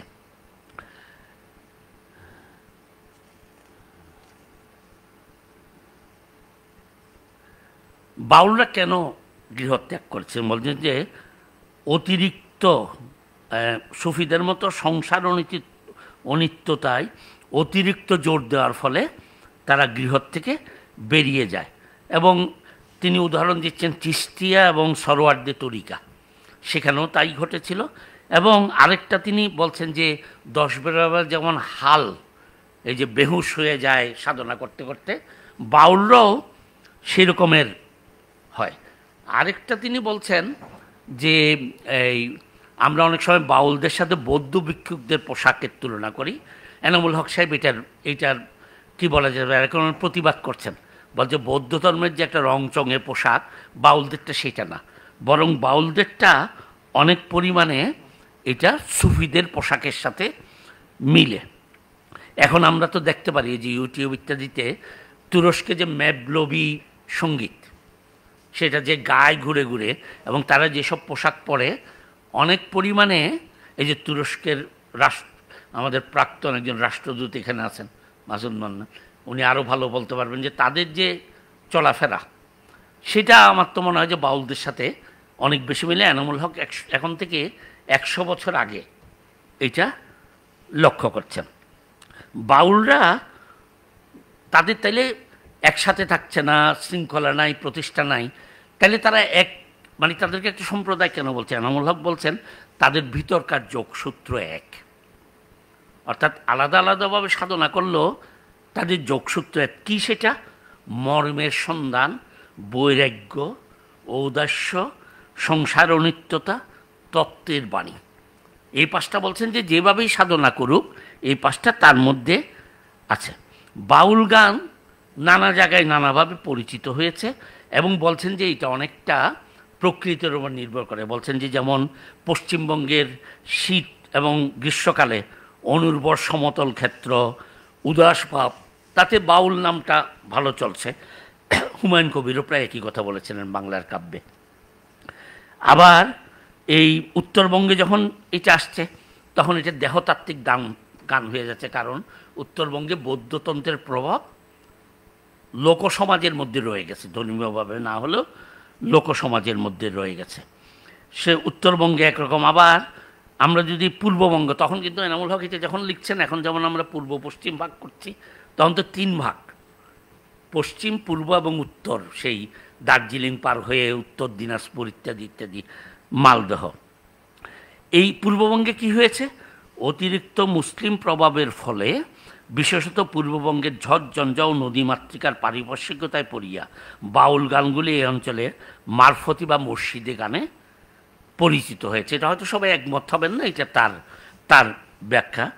যার ফলে এগুলিতে অপরিণত সুফি প্রভাব পাওয়া যায়, সুফি প্রভাব, কিন্তু সেটা ম্যাচিউর করেনি, সেটা পরিণতি লাভ করেনি। মুর্শিদি মারফতি নিয়ে এটা এনামুল হকের কথা। বাউলরা কি করে, বাউলরা নিজের দেহের মধ্যেই সব কিছুকে সন্ধান করে। তারা বিশ্বাস করে মানুষের মধ্যে অজ্ঞাত মানুষ, আবার অজ্ঞাত মানুষের মধ্যে পৃথিবীর মানুষ। বাউল মনে করে যে মানব দেহের মধ্যেই সোনার মানুষের বাসা। এইটার একটা খুব সুন্দর নাম দিয়েছেন এনামুল হক, আমরা অ্যানোনিমাস বলি, বলছে অনামক, মানে যাকে আরাধনা করছে সে অনামক, অ্যানোনিমাস, তার কোনো নাম নাই। এবং কি কি নামে তাকে ডাকি এর একটা তালিকা করেছেন তিনি। বলছেন মনমনুরা, আলেক, আলেক সাই, অচিন পাখি, মনের মানুষ, সাই, দরদি সাই। অর্থাৎ বলছেন যে যার যেমন খুশি সেরকম একটা নাম দিয়ে তাকে ডাকছে। ইনি কে, বলছেন যে ইমানেন্ট অ্যান্ড ট্রান্সেন্ডেন্ট। এই যে আলেক সাই, মনের মানুষ, অর্থাৎ তিনি অন্তরের মধ্যে আছেন, অন্তর্নিহিত, এবং সারা সৃষ্টির মধ্যে আছেন। এটাকে এনামুল হক অনুবাদ করেছেন সৃষ্টি ব্যাপক। বলছে এটা একটা অপূর্ব সত্তা। তার ভাষায় বাউল বলিতে চাহে ইনি সৃষ্টির মূলে এবং সৃষ্টি ইহার মূলে রহিয়াছে। সুফিরাও প্রায় একই ধরনের কথাই বলে। তিনি সচেতন সত্তা, কেননা তিনি কথা কহেন, সৃষ্টির সংবাদ রাখেন এবং বর্ণে গন্ধে তাহার প্রকাশ। প্রেমের মধ্যে দিয়ে তাহাকে উপলব্ধি করিতে হইতেছে, কেননা তিনি মানুষের রসে বিদ্যমান আছেন।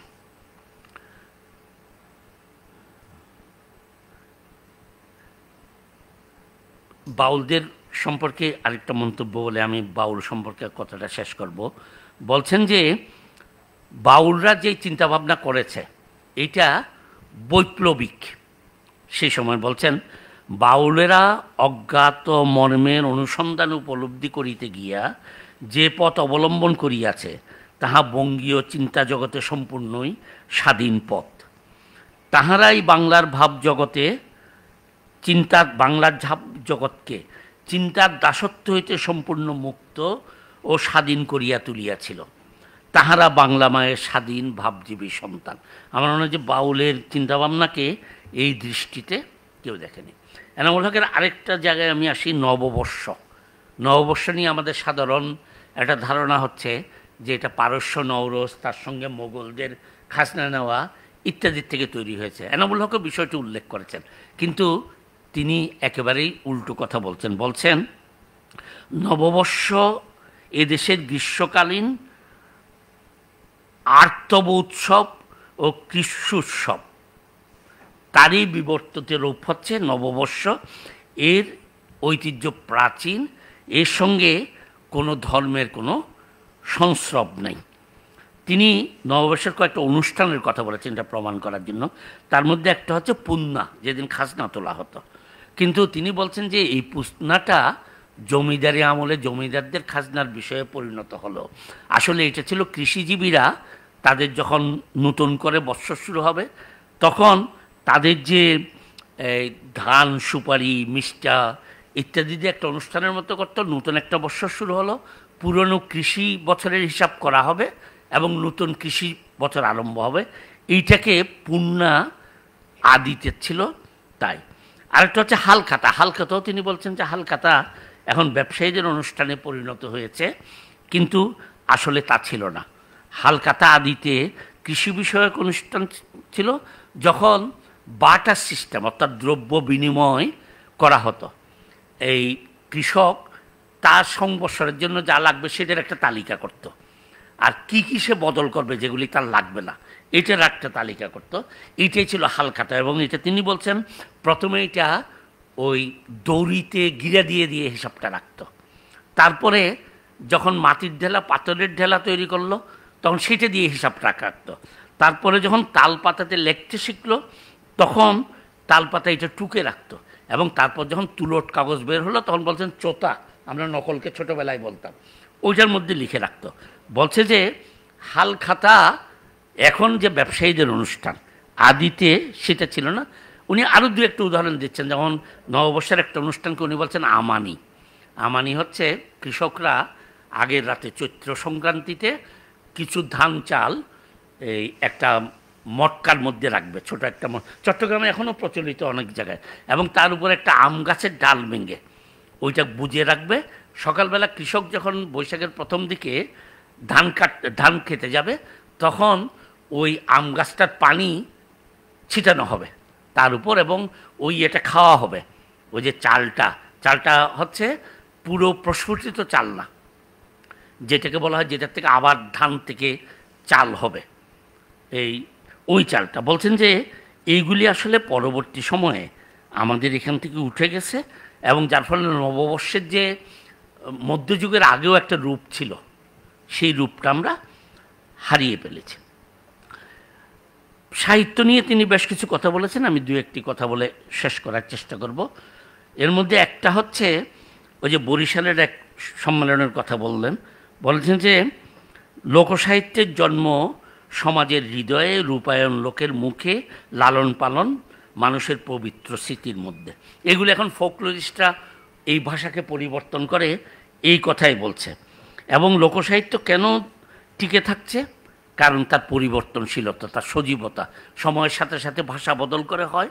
আর এনামুল হক বলছেন যে শিষ্ট ভাষা তা হয় না, এইটা এই কারণে আস্তে আস্তে জাদুঘর অথবা মিউজিয়ামে চলে যায়, কিন্তু লোকসাহিত্যের ক্ষেত্রে সেটা ঘটে না, এটা পরিবর্তিত হয়।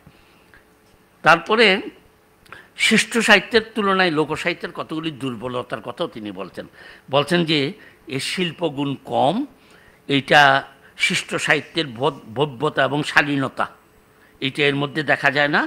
এই মনসুর উদ্দিনের এমনকি রবীন্দ্রনাথের সংগ্রহ নিয়ে এইসব তর্ক আমরা ইতিপূর্বে দেখেছি। এনামুল হক সেই মতে দিয়েছেন যে এর মধ্যে এই বিষয়গুলির অভাব আছে।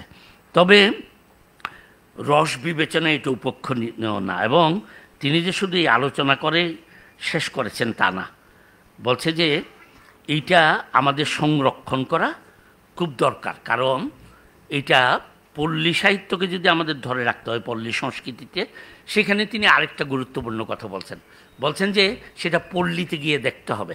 সেখান থেকে যদি তুলে আনি আমরা, উনি উদাহরণ দিচ্ছেন গ্রামের একটা মেয়েকে যদি শহরে নাগরিক হঠাৎ করে বধূ করে আনা হয়, তার যে অবস্থা হয়, আমরা যদি পল্লী সাহিত্যকে ওইভাবে তার রুট থেকে বিচ্ছিন্ন করে নিয়ে আসি তাই হয়। এখন কিন্তু অ্যালান ডান্ডিস এবং অন্যরা যেসব কনটেক্সট ইত্যাদি বলছেন যে পরিপ্রেক্ষিত ছাড়া টেক্সটের মূল্য নাই, অথবা টেক্সটের পুরো মূল্যটা বোঝা যাচ্ছে না, এনামুল হক সাহেব সেই কথা একদম শুরুতেই বলেছেন যে আমাদের যদি পল্লী সাহিত্যের পরিচয়, প্রাণের পরিচয় পেতে হয়, তাইলে পল্লী শান্ত স্নিগ্ধ নিবৃত নিকেতনে যেতে হবে।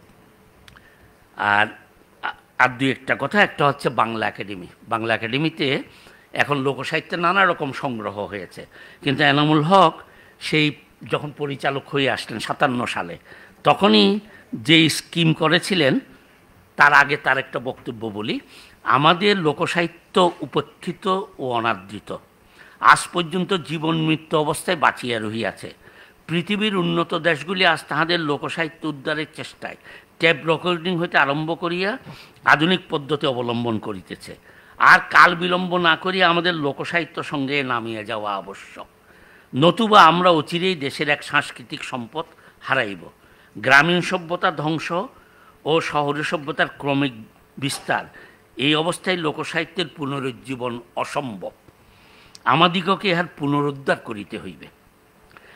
বাংলার সামাজিক, নৃতাত্ত্বিক, মনোবৈজ্ঞানিক এমনকি ঐতিহাসিক উপাদানও এই লোকসাহিত্যের মধ্যে নিহিত রহিয়াছে। সত্যিকারভাবে জাতিকে বুঝিতে ও জানিতে হইলে আমাদের লোকসাহিত্যকে ব্যাপক উদ্ধার ও সংরক্ষণ আবশ্যক, যেন গভীর গবেষণার সাহায্যে জাতির নারী নক্ষত্রের পরিচয় পাওয়া যায়। এই বক্তৃতা যখন দিচ্ছেন বরিশালে, তখন কিন্তু তিনি বাংলা একাডেমির পরিচালক, এবং সেইখানে বাংলা একাডেমির কাগজপত্রে আমি দেখেছি বলছেন কি কি বাংলা একাডেমির জোগাড় করতে হবে। বলছে পুরাতন পুঁথির পাণ্ডুলিপি, প্রাচীন কীর্তি কাহিনী, লোকগাথা, লোকসঙ্গীত, পল্লীগান, পালাগীতিকা, রূপকথা, প্রবাদ বাক্য, কিংবদন্তি প্রভৃতি প্রদেশের বিভিন্ন অঞ্চল হইতে সংগৃহীত হইবে এবং এগুলি সম্পর্কে গবেষণা চলিবে। ইহা হইতে দেশের পুরাতন সংস্কৃতি ও ঐতিহ্য উদ্ধার হবে। আমরা বাংলা একাডেমির প্রথম 2 বছরের অ্যানুয়াল রিপোর্ট দেখছি, সেখানে দেখা যাচ্ছে যে এনামুল হক সেই ইউনেস্কো থেকে সে আমলেই লোকসাহিত্য কীভাবে সংগ্রহ করতে হবে সেই কাগজপত্র নিয়ে সেই অনুযায়ী একটা ম্যানুয়াল বানিয়েছিলেন। এটা আমাদের এখন বিশ্বাস হবে কি না জানি না। 57 সালে এই ম্যানুয়াল বানাচ্ছেন এবং উনি একটা হিসাব দিয়েছেন যে 1967 পর্যন্ত 14 জন নিয়োজিত সংগ্রাহক এবং 112 জন অনিয়োজিত সংগ্রাহক যে সংগ্রহ করেছেন। আমি পরে বাংলা একাডেমির সাথে যুক্ত সময় হিসাব দেখে দিয়েছি, পুরানো সংগ্রহটা, নতুনটা না। তাতে 18,000 গান, 41,000 ছড়া, 3,300 ধাঁধা, 5,900 প্রবাদ প্রবচন, 180টা গীতিকা এবং 2200 লোককথা আছে। এটা যে কত বড় সম্পদ! খানিকটা লোকসাহিত্য সংগ্রহ এটা ছাপা হয়েছে। আমি মহাপরিচালককে অনুরোধ করব যে যেগুলি ছাপা হয় না এগুলি তো আস্তে আস্তে, ওগুলি সব বড় বড় খাতায় কলমের কালি দিয়ে লেখা, আস্তে আস্তে লুপ্ত হয়ে যাচ্ছে। খানিকটা কম্পিউটার আনা হয়েছে। এই সবটাকে যদি অন্তত আমরা ছেপে ফেলতে পারি, তাহলে 100 বছর 200 বছর পরেও একজন গবেষণা করতে পারবে। প্রথম বাংলা একাডেমির প্রথম যে বার্ষিক সভা, তাতে এনামুল হক সাহেব এই বলছেন যে আমরা কি কি কালেকশন করছি। উনি ইংরেজিতে বক্তৃতা দিতেন। বাংলা একাডেমির যে এই বক্তৃতা এনামুল হক সাহেব ইংরেজিতে দিতেন। বলছেন যে collection of rural songs, ballads, legends, historical tales and accounts. এটা খালি কম্পাইলেশন না, এডিটিং করতে হবে, এগুলি করে প্রকাশ করতে হবে। এবং তিনি প্রথম বর্ষ 57-58 হিসাব দিচ্ছেন যে একজন মাত্র কালেক্টর রাখা হয়েছে, বেতন হচ্ছে 150 টাকা, আর হচ্ছে কালেকশনের জন্য যে যাবে আসবে সেটার খরচ তাকে দেওয়া হবে। তিনি প্রথম বৎসরে 57-58 সালে 1300 লোকগীতি সংগ্রহ করেছেন। দ্বিতীয়বারে চার্ট করে হিসাব দিচ্ছেন ফোক সং, টেলস, ব্যালাডস, রিডেলস, প্রভাব এটসেট্রা। 57-58 সালে সংগৃহীত হয়েছে 1763টি, আর 58-59 তখন মাত্র শুরু হয়েছে বছর 37টি। তাইলে তিনি যে শুধু এগুলি বলে গেছেন তা না, তিনি কর্মযোগী হিসাবেও। শেষ করার আগে আমি আরেকটা বিষয় আনি, সেটা হচ্ছে আরাকান রাজসভায় বাংলা সাহিত্য। আমরা মনে করি যে এটাতে আবার লোকসাহিত্য, ফোকলোরের কি থাকবে। তিনি ফোকলোরের অনেকগুলি উপাদান একটা চ্যাপ্টারই করেছেন, 17 শতকের বাংলার মুসলমান সমাজ। তার একটা আমি খালি পড়ে শোনাই। বলছেন যে সয়ফুল্লমূলক বর্জিউজ্জামানে বিয়ের একটা আচার, কনেকে স্নান করাইবার আজ্ঞা পাওয়া গেলেই অন্তপুরে মেয়েরা মঙ্গলসূচক সুবধ্বনি করিত। এটা হচ্ছে উলুধ্বনি, এটা মুসলমান সমাজের কথা বলছেন। কিন্তু হাতে প্রদীপ লইত, মাথায় কলসি বহিত, নাচিত, হাসিত, গাহিত। বলছে পূর্ববঙ্গে বলছে হলা সাহলা, করতালি দিত, ঘটি হইতে জল লইয়া সিঞ্চন ধামালি গাহিত, নানাবিধ ক্রীড়া কৌতুকে লিপ্ত হইত, আগরু, চন্দন, চুয়া, গুয়া, কর্পূর প্রভৃতি সুগন্ধে অঙ্গে মাখিত, গোলাপ পাশ হইতে গোলাপ জল সিঞ্চন করিত। তারপর অন্তরপুর হইতে শকতি মিয়া কনেকে বাহিরে আনিয়া একটি পিঁড়িতে বসে এঁটে দিত এবং কলসির জল দিয়া নানাবিধ হাস্য পরিহাস সকারে স্নান সমাধা করিত। স্নান সমাপনান্তে কনেকে সুবাস লিপ্ত করা হইত ও তাহার হস্তপথকে মেহেদির দ্বারা রঞ্জিত করিয়া দেওয়া হতো। এটা পাচ্ছি আমরা আরাকান রাজসভায় বাংলা সাহিত্যের মধ্যে। সবটা মিলিয়ে আমি বলতে চাই যে মোহাম্মদ এনামুল হকের এই যে লোক সংস্কৃতি অথবা লোক সাহিত্য নিয়ে যে বড় একটা জায়গা রয়েছে, সেটার দিকে আমি আশা করি যে আমাদের তরুণ গবেষকরা নতুন করে দৃষ্টি দেবেন। আমি একটু বেশি দীর্ঘ করে ফেলেছি, আপনাদের সকলকে ধন্যবাদ।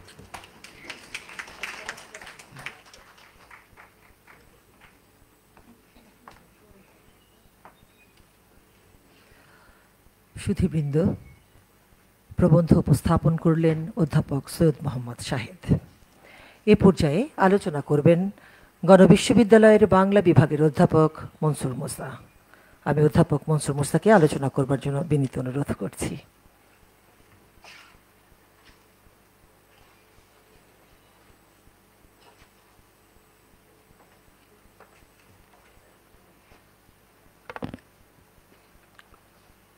বন্ধু সভাপতি, প্রীতিভাজন মহাপরিচালক এবং আজকের বক্তা আমার অত্যন্ত প্রিয়ভাজন ছাত্র সৈয়দ মোহাম্মদ শাহেদ, আজকে যে বক্তৃতাটি দিলেন এটি যদি সম্পূর্ণ লিখিত আকারে পাওয়া গেলে খুব সুবিধা হতো।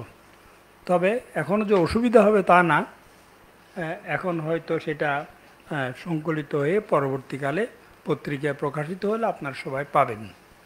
যেহেতু সৈয়দ মোহাম্মদ শাহেদ বলেছেন যে তিনি একটু দীর্ঘ বলেছেন, আমি মনে করেছি তিনি দীর্ঘ পড়ে ভালোই করেছেন, তাইলে আমার পক্ষে সংক্ষিপ্ত হওয়া সহজ, কারণ এখন আপনাদের যথেষ্ট সময় নেই শোনার।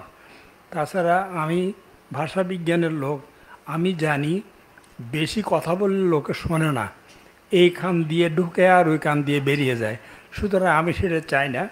তবে মনে রাখতে হবে আজকের এই বক্তৃতাটি একটি নতুন দিগন্ত উন্মোচন করলো ডক্টর মোহাম্মদ এনামুল হকের। সেটা যেহেতু আগে এই সম্পর্কে তার কোনো বিস্তারিত আলোচনা হয় নাই, তিনি যে ফোকলোর বা লোকসাহিত্য সম্পর্কে এত গভীরভাবে চিন্তা করেছেন, এত বিভিন্ন দিক থেকে চিন্তা করেছেন, এই নিয়ে আগে কোনো আলোচনা হয়েছে বলে আমার জানা নেই। সেই জন্য আমি সৈয়দ মোহাম্মদ শাহেদকে এবং বাংলা একাডেমির এই স্মরণ সভা আয়োজন করার জন্য ধন্যবাদ জানাচ্ছি। আমি মনে করি আলোচনা এইখান থেকে শুরু হোক, আজকে শেষ করলে হবে না। আর আমি দুই একটি মাত্র কথা বলতে চাই। একটা হচ্ছে যে ডক্টর মোহাম্মদ এনামুল হক বাংলায় তিনি আরবিতে অনার্স করেছিলেন, বাংলায় এমএ করেছেন এবং সেখানে প্রথম হয়েছেন। এবং কার তত্ত্বাবধানে? ডক্টর সুনীতি কুমার চট্টোপাধ্যায়ের। তিনি গবেষণা করেছেন সুনীতি কুমার চট্টোপাধ্যায়ের পরামর্শে। তার কারণ সুনীতি কুমার চট্টোপাধ্যায় বলছেন, তুমি ছাড়া এই কাজ আর কারো পক্ষে সম্ভব হবে না, কারণ তুমি মুসলমান, তুমি আরবি জানো, ফার্সি জানো, সুতরাং তোমার পক্ষে বঙ্গে সুফি প্রভাব সম্পর্কে কাজ করাটাই উত্তম। এবং তিনি অক্ষরে অক্ষরে সেটা মেনে চলেছেন এবং সে গবেষণা করেছেন। আমি যখন আসছিলাম তখন আমাকে একজন টেলিফোন করলো, শুনলাম আজকে আপনারা ডক্টর মোহাম্মদ এনামুল হক সম্পর্কে আলোচনা করলেন। আমরা তো খুব আগ্রহী ছিলাম, কিন্তু আমরা তো কোনো আমন্ত্রণপত্র যাই নাই। তা আমি যে আমন্ত্রণপত্র তো আমি দিই নাই, এটা বাংলা একাডেমি দেয়। আমি বাংলা একাডেমির মহাপরিচালককে বলবো, এরপর থেকে কোনো সেমিনার যদি হয় তাহলে আগের দিন পত্রিকায় বলবে যে আপনারা আসবেন, তাহলে সবচেয়ে ভালো হয় আর কি।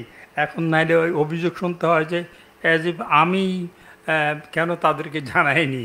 তারা কারা আমি কিন্তু জানি না, তারা আসতে চেয়েছিল কিন্তু তারা জানে না, তা এখন আসার উপায় নেই। যাই হোক, আমি দুই একটা কথা বলতে চাই।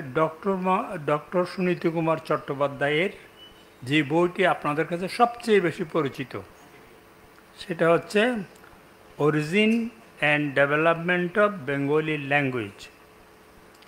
যে বইটা সবচেয়ে অপরিচিত সেটা হচ্ছে কিরাত জন কৃতি।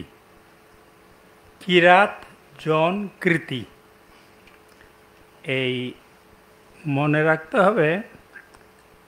ডক্টর সুনীতি কুমার চট্টোপাধ্যায় যখন লন্ডনে কাজ করেন তখন ছিল ফিলোলজিক্যাল ট্র্যাডিশনের কাজ, তিনি সেই কাজেই করেছিলেন।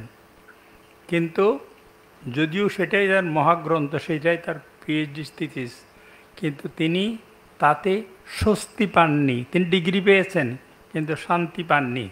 সেই জন্য পরবর্তীকালে ওই যে প্রি এরিয়ান অ্যান্ড প্রি দ্রাভিডিয়ান, অর্থাৎ এই যাদেরকে কিরাত জন কৃতি বলছেন তারা হচ্ছে আর্যদের আগে।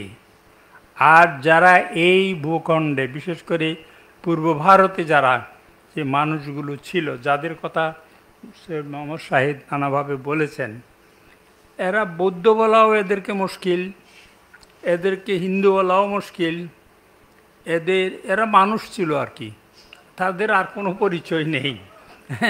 এবং শাহেদ অতি চমৎকারভাবে বলেছেন কিভাবে তারা কৃষি জীবন থেকে নানাভাবে দেবতার উদ্ভব ঘটিয়েছেন, দেবকে পূজা করেছেন। আপনারা অক্ষয় কুমার মৈত্রীর যে ভারতবর্ষীয় উপাসক সম্প্রদায় যারা পড়েছেন তারা দেখবেন সেখানে কত, তিনি অসুস্থ অবস্থায় বইটা লিখেছেন, কিন্তু তারপরেও সে বইতে অসাধারণ সব যে উপাসক সম্প্রদায়, হিন্দুও না, মুসলমানও না, বৌদ্ধও না, খ্রিস্টানও না, কিন্তু উপাসক সম্প্রদায় তারা, এই হজরতি এবং অন্যান্য সেগুলি কিন্তু সেখানে আছে। সুতরাং আপনারা যারা এই কিরাতজন কৃতিটা পান নাই বা পড়তে পারেন নাই, তারা দয়া করে সেটা যদি পড়েন, তাই সুনীতি কুমার যা শুরু করেছিলেন এবং যেখানে শেষ করেছেন সেটা পাবেন, এক কথা। তারপরে সুনীতি কুমার এমন তত্ত্বাবধায়ক ছিলেন, তিনি জানতেন যে এনামুল হক সাহেবকে দিয়েই সুফিজম ইন বেঙ্গল করানো যাবে, করেছেন তিনি।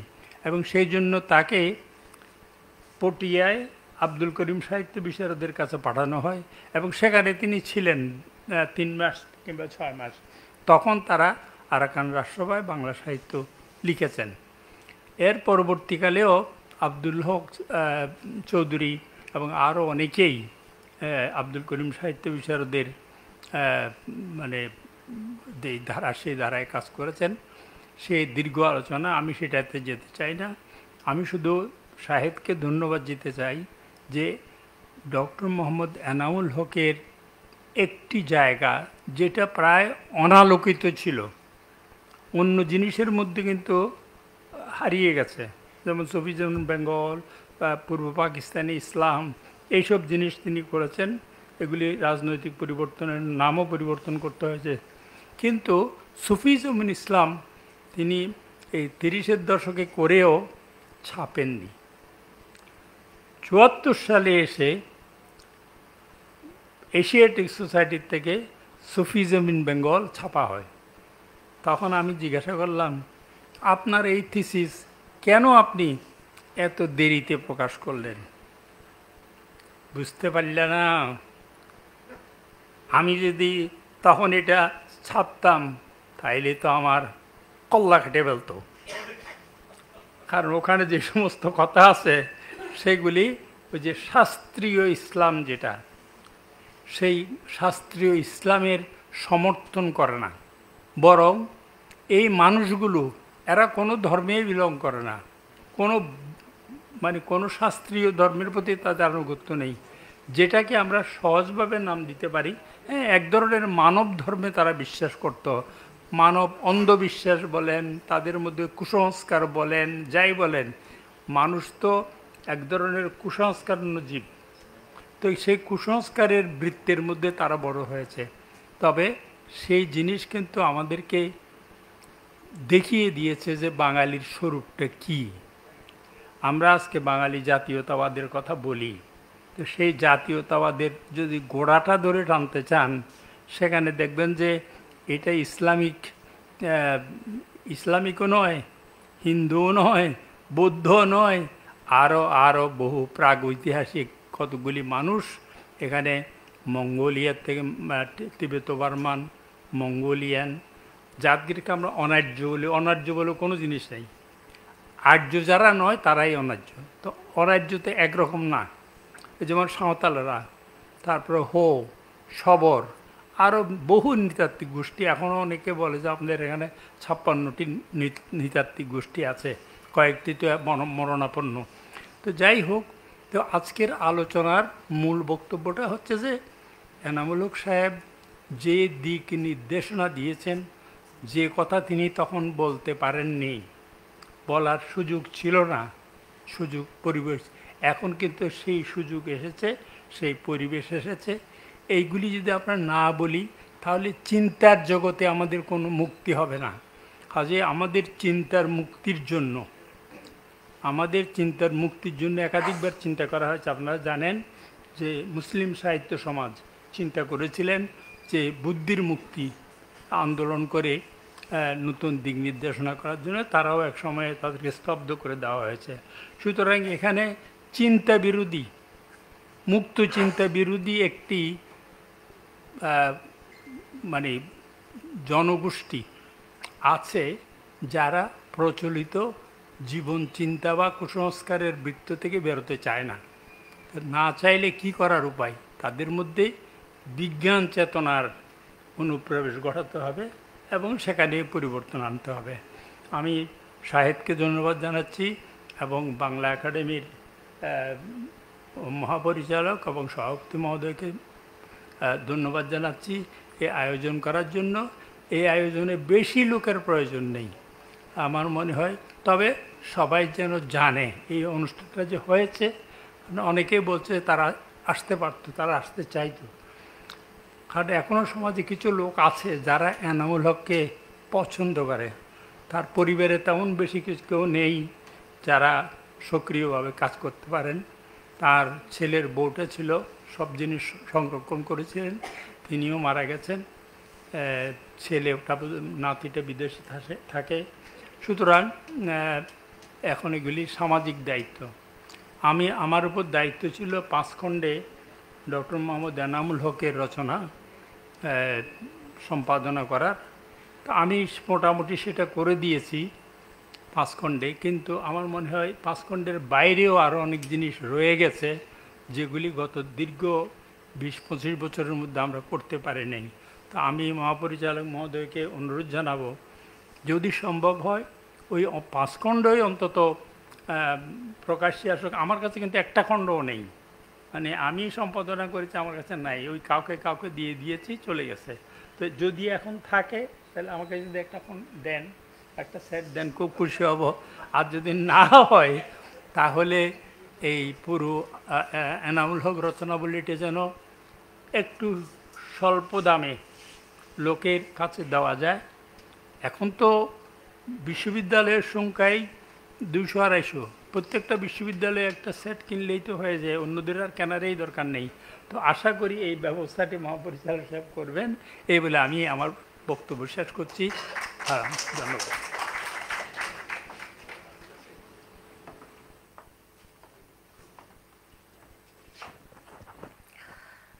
সুধীবৃন্দ, এতক্ষণ প্রবন্ধ পাঠ ও আলোচনা শুনলেন।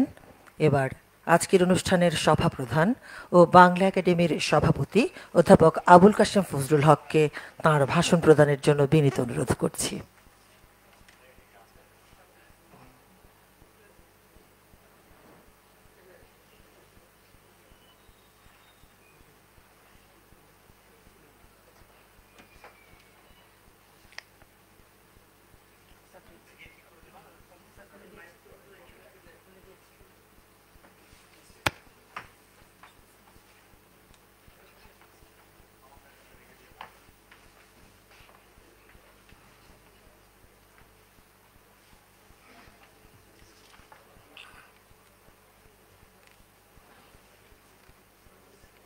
বাংলা একাডেমির মহাপরিচালক অধ্যাপক মোহাম্মদ শাহেদ, সৈয়দ মোহাম্মদ শাহেদ এবং অধ্যাপক মনসুর মুসা, আপনারা আমার সামনে আছেন। আপনাদের সবাইকে আন্তরিক শুভেচ্ছা এবং শ্রদ্ধা জানাচ্ছি। ডক্টর মোহাম্মদ শহীদুল্লাহ, ডক্টর মোহাম্মদ এনামুল হক, এদের সম্পর্কে, দুজন সম্পর্কেই বাংলা একাডেমিতে অনেক সেমিনার হয়েছে মাঝে মাঝে, মানে প্রতি বছর না হলেও দুই তিন বছর গেলে তাদের মৃত্যুর পরে এই ডক্টর মোহাম্মদ শহীদুল্লাহ, ডক্টর মোহাম্মদ এনামুল হক, এদের সম্পর্কে আলোচনা হয়েছে। একটা ব্যাপার হলো যে কোনো জাতিতে গুণবান ব্যক্তিদেরকে যদি যথোচিত মর্যাদা না দেওয়া হয়, তাহলে সেই জাতির মধ্যে গুণবান মানুষের আত্মপ্রকাশ আর সম্ভব হয় না। তার ফলে জাতীয় উন্নতিও সব দিক দিয়েই ক্ষতিগ্রস্ত হয়। তো সেই দৃষ্টিভঙ্গিতে দেখলে এই সভার খুব গুরুত্ব আছে। ডক্টর মোহাম্মদ শহীদুল্লাহ এনামুল হক সাহেবের আগে, তার 17-18 বছর আগে জন্ম।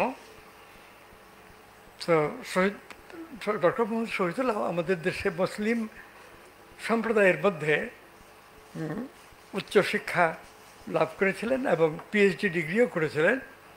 এইটা তার আগে মুসলমানদের মধ্যে ছিল না।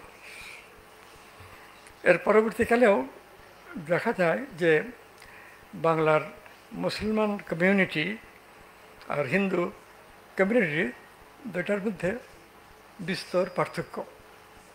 খাওয়া, কাপড় চোপড় পরা, এসব দিক দিয়ে মিল আছে, কিন্তু মন মানসিকতা চিন্তার দিক দিয়ে মুসলমানদের চিন্তা, অর্থাৎ সমাজে যারা নেতৃত্ব করেন সেই মুসলিমদের চিন্তা ঠিক এই দেশ কেন্দ্রিক না, তাদের আরম্ভ অন্য দেশ থেকে। আরব দেশে ইসলাম প্রচার থেকে আরম্ভ করে তারা বাংলাদেশে অথবা ভারতে আসতেন। আর এর বাইরে একটা প্রতিবাদও ছিল হিন্দু মুসলিম দুই সম্প্রদায় থেকেই,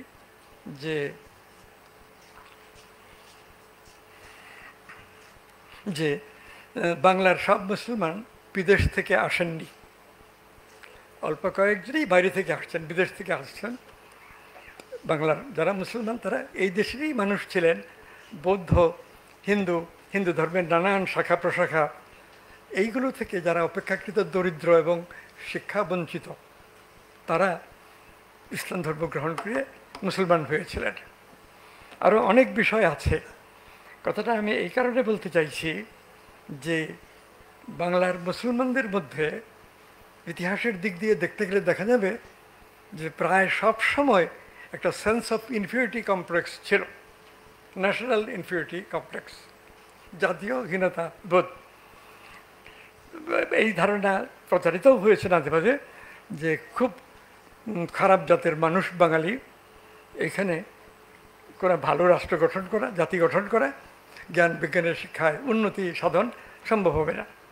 হিন্দুরা এটা পারে, তার কারণ যারা সমাজের উচ্চ শ্রেণীর লোক ছিল, জমিদার ইত্যাদি, তারা হিন্দু ধর্মের ছিল এবং তারা ব্রিটিশ শাসনকালে ইংরেজি ভাষা গ্রহণ করে ইউরোপীয় জ্ঞান বিজ্ঞানের সাথে পরিচিত হয়ে অল্প সময়ের মধ্যেই অনেক উন্নতি করেছে।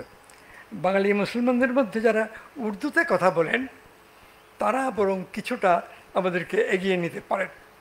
উর্দুতে কথা বলেন লোকের সংখ্যা কয়টা, এখন কয়টা, আর ইয়েতে এই ধরেন এখান থেকে 200 বছর 150 বছর আগে কয়জন ছিল।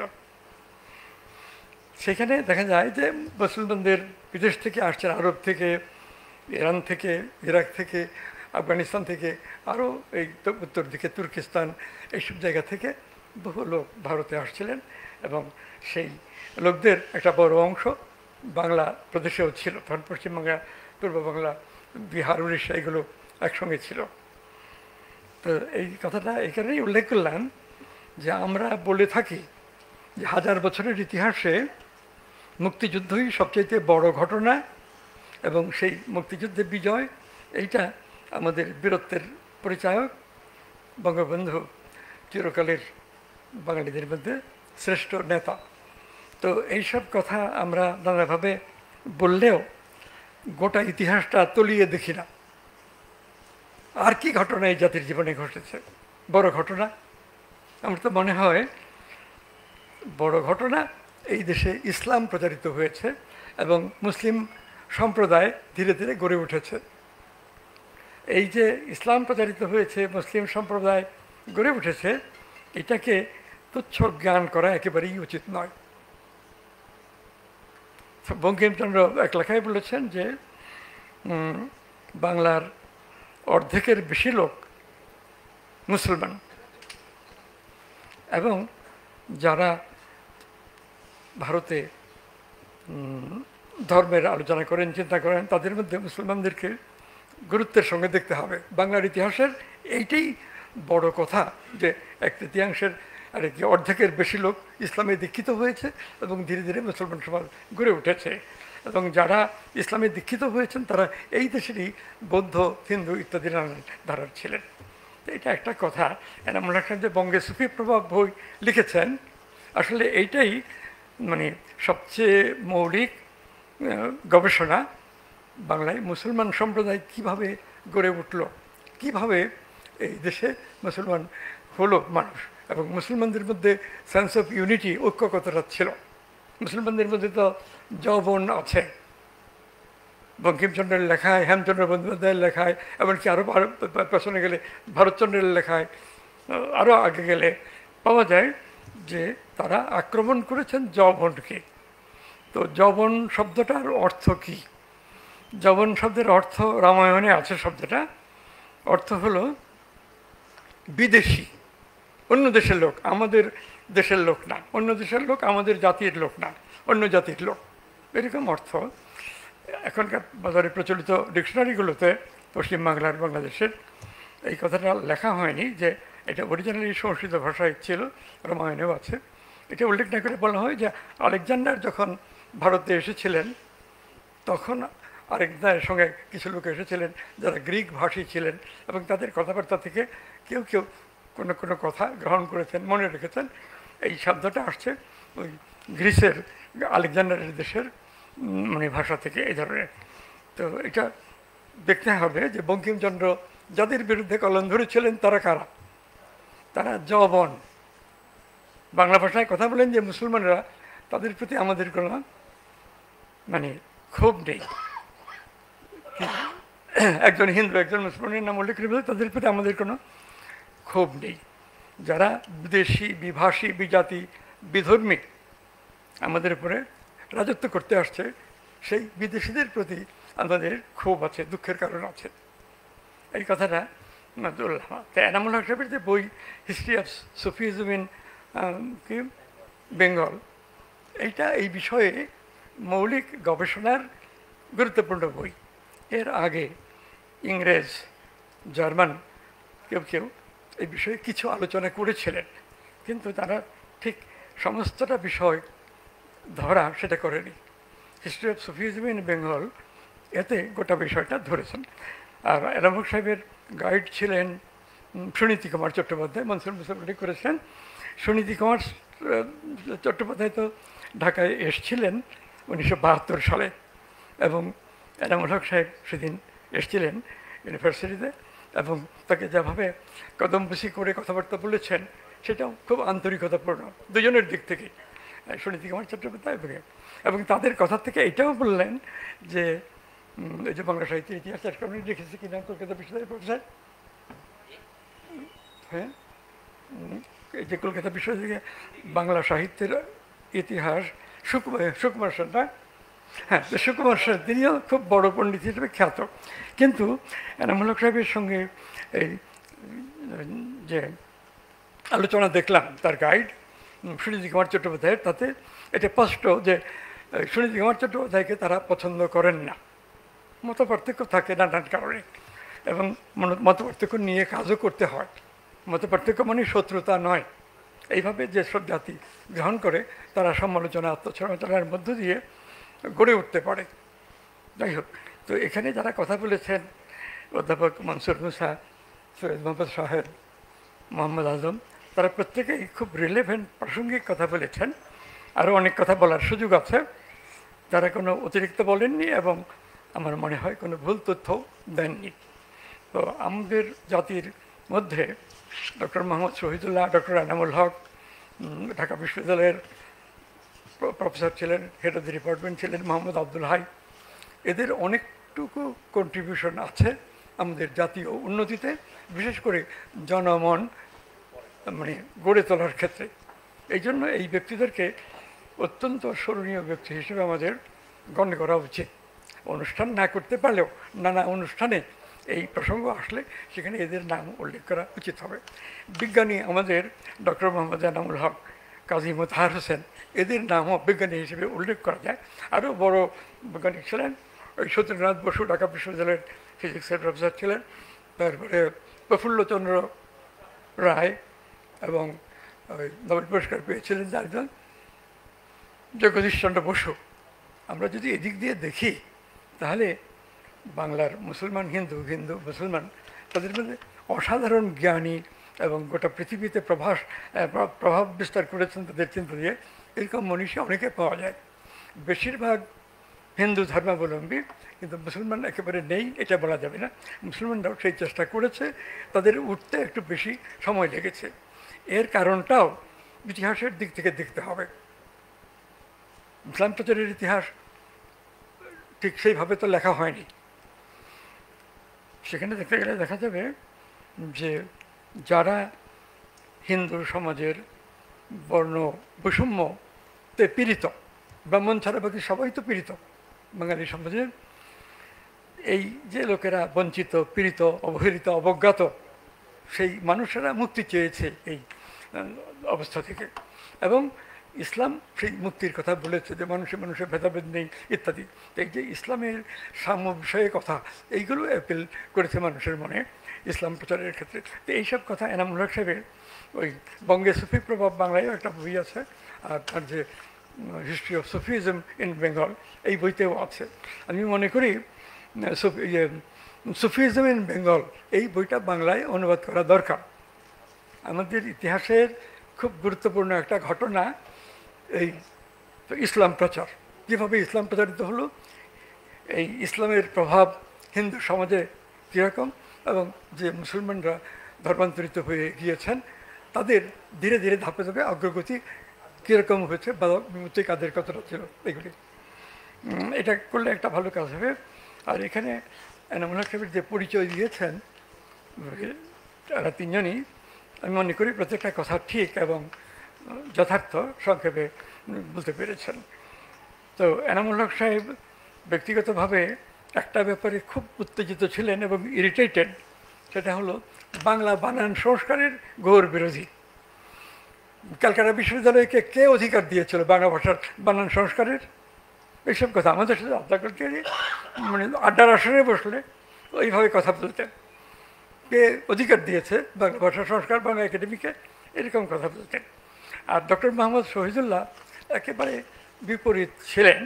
তিনি বাংলা বানান সংস্কার করে বাংলা ভাষার অনেক উন্নতি হবে, জ্ঞান বিজ্ঞান চর্চার সুযোগ বাড়বে। কলকাতা বিশ্ববিদ্যালয় যেটা করেছে সেটা একটা ভালো কাজ, তবে আংশিক বিষয় বাদ পড়েছে, সেটাও যুক্ত করতে হবে, এই বলে শহীদুল্লাহ সাহেব নিজের মত প্রকাশ করেছেন। আরও নানান ব্যাপারে আমি এনামুল হক সাহেবের কাছে খুব শুনেছি। ডক্টর শহীদুল্লাহ তো মানে নরম মনের মানুষ, এত নরম মনের মানুষ হলে মানে কিছু কাজ করা যায় না, দৃঢ়তার সঙ্গে আত্মবিশ্বাসের সঙ্গে কথা বলতে হবে, এই ধরনের ছিল এনামুল হক সাহেবের মানে এই সমালোচনা। এই যে প্রফেসর আব্দুর রাজ্জাক রাষ্ট্রবিজ্ঞান বিভাগে, রাজ্জাক সাহেবের কথা এত মূল্যবান কেন হবে? তিনি বিয়ে করেন নাই, ঘর সংসার কিছুই করেন নাই, এবং জীবনের রূপ স্বরূপ নানান দিক থেকে জানবার এবং বুঝবার চেষ্টা করেননি। কেবল একজন স্কলার, অনেক বই সংগ্রহে রেখেছেন, অনেক বই পড়েন, এগুলো তারা তো মানে বাস্তবে কাজের কাজ হয় না। এরকম সমালোচনা এনামুল হক সাহেবের ছিল। আর এনামুল হক সাহেব একান্তভাবে চট্টগ্রামী বাংলা ভাষায় কথা বলতেন, একেবারে চট্টগ্রামের গ্রামের লোকেরা যেভাবে সেভাবে। আমি একদিন জিজ্ঞেস করছিলাম যে স্যার আপনি যে এইভাবে কথা বললেন এটা তো পছন্দনীয় নয়, আমাদের একটা স্ট্যান্ডার্ড বাংলা আছে, উচ্চারণ ইত্যাদি, সেটা বলুন। আমাকে ধমক দিয়ে বললেন যে দেখো এইসব কথা বলো না, আমি যদি এখন ভদ্রলোকদের মতো ঢাকার কথা বলতে যাই তো আমার আইডিয়া মার খাবে, আমি আমার আইডিয়া ব্যক্ত করতে পারবো না। তোমরা যে আমার কোনো কোনো কথা পছন্দ করো সেটার কারণ যে আমার আইডিয়াটা চট্টগ্রামী বাংলায় আমি ভালো প্রকাশ করতে পারি, এই কলকাতার বাংলা দিয়ে আমি যাব না। এইরকম ছিলেন একটা মানুষ, খুব দৃঢ়চিত্ত। তিনি এই কথাটাও বলতেন যে সরকারের সঙ্গে যদৃচ্ছ বিরোধিতা করতে নাই, বরং ভালো কিছু করতে হলে এদের সাথে সরকারের কাছ থেকে সহযোগিতা নিয়ে, অর্থ নিয়ে সেটা করতে হবে। এবং আমরা যদি লেখায় কথায় সরকারকে একান্ত শত্রু মনে করি তাহলে তো আমরা কোনো কাজ করতে পারবো না। এই জন্য তিনি সব সরকারেরই সমর্থন নিতেন, তাকে তো কেউ দালাল বলেননি। যারা অনেক বেশি খ্যাতিমান বুদ্ধিজীবী ছিলেন তারা প্রায় প্রত্যেকে নিন্দিত হয়েছেন, নাম উল্লেখ করতে চাই না এখানে, কিন্তু এনামুল হককে তো ওই ধরনের নিন্দা কেউ করেননি। এগুলো ছিল এনামুল হক সাহেবের একটা বৈশিষ্ট্য। তিনি ব্যক্তিগতভাবে মানে পোশাক পরিচ্ছদে একটা সম্মানিত ব্যক্তির মতে চলতে চাইতেন। আমি এগুলোকে গুণেই বলি। যাই হোক, এখানে যারা আলোচনা করেছেন তারা চমৎকারভাবে এই কী বলে অধ্যাপক এনামুল হক সাহেবকে মনে ধরতে পেরেছেন, সেজন্য তাদেরকে ধন্যবাদ জানাই। আপনারা এতক্ষণ ধরে যে আমাদের বক্তব্য শুনলেন সেই জন্য ধন্যবাদ জানাই। এই যে এক্সাম্পল আজকের, এই এক্সাম্পল অনুসরণ করে সামনে আরও কাজ করতে হবে বহু বিচিত্র রকমের, যদি আমরা আমাদের জাতির উন্নতি কামনা করি। ঠিক আছে, ধন্যবাদ সবাইকে।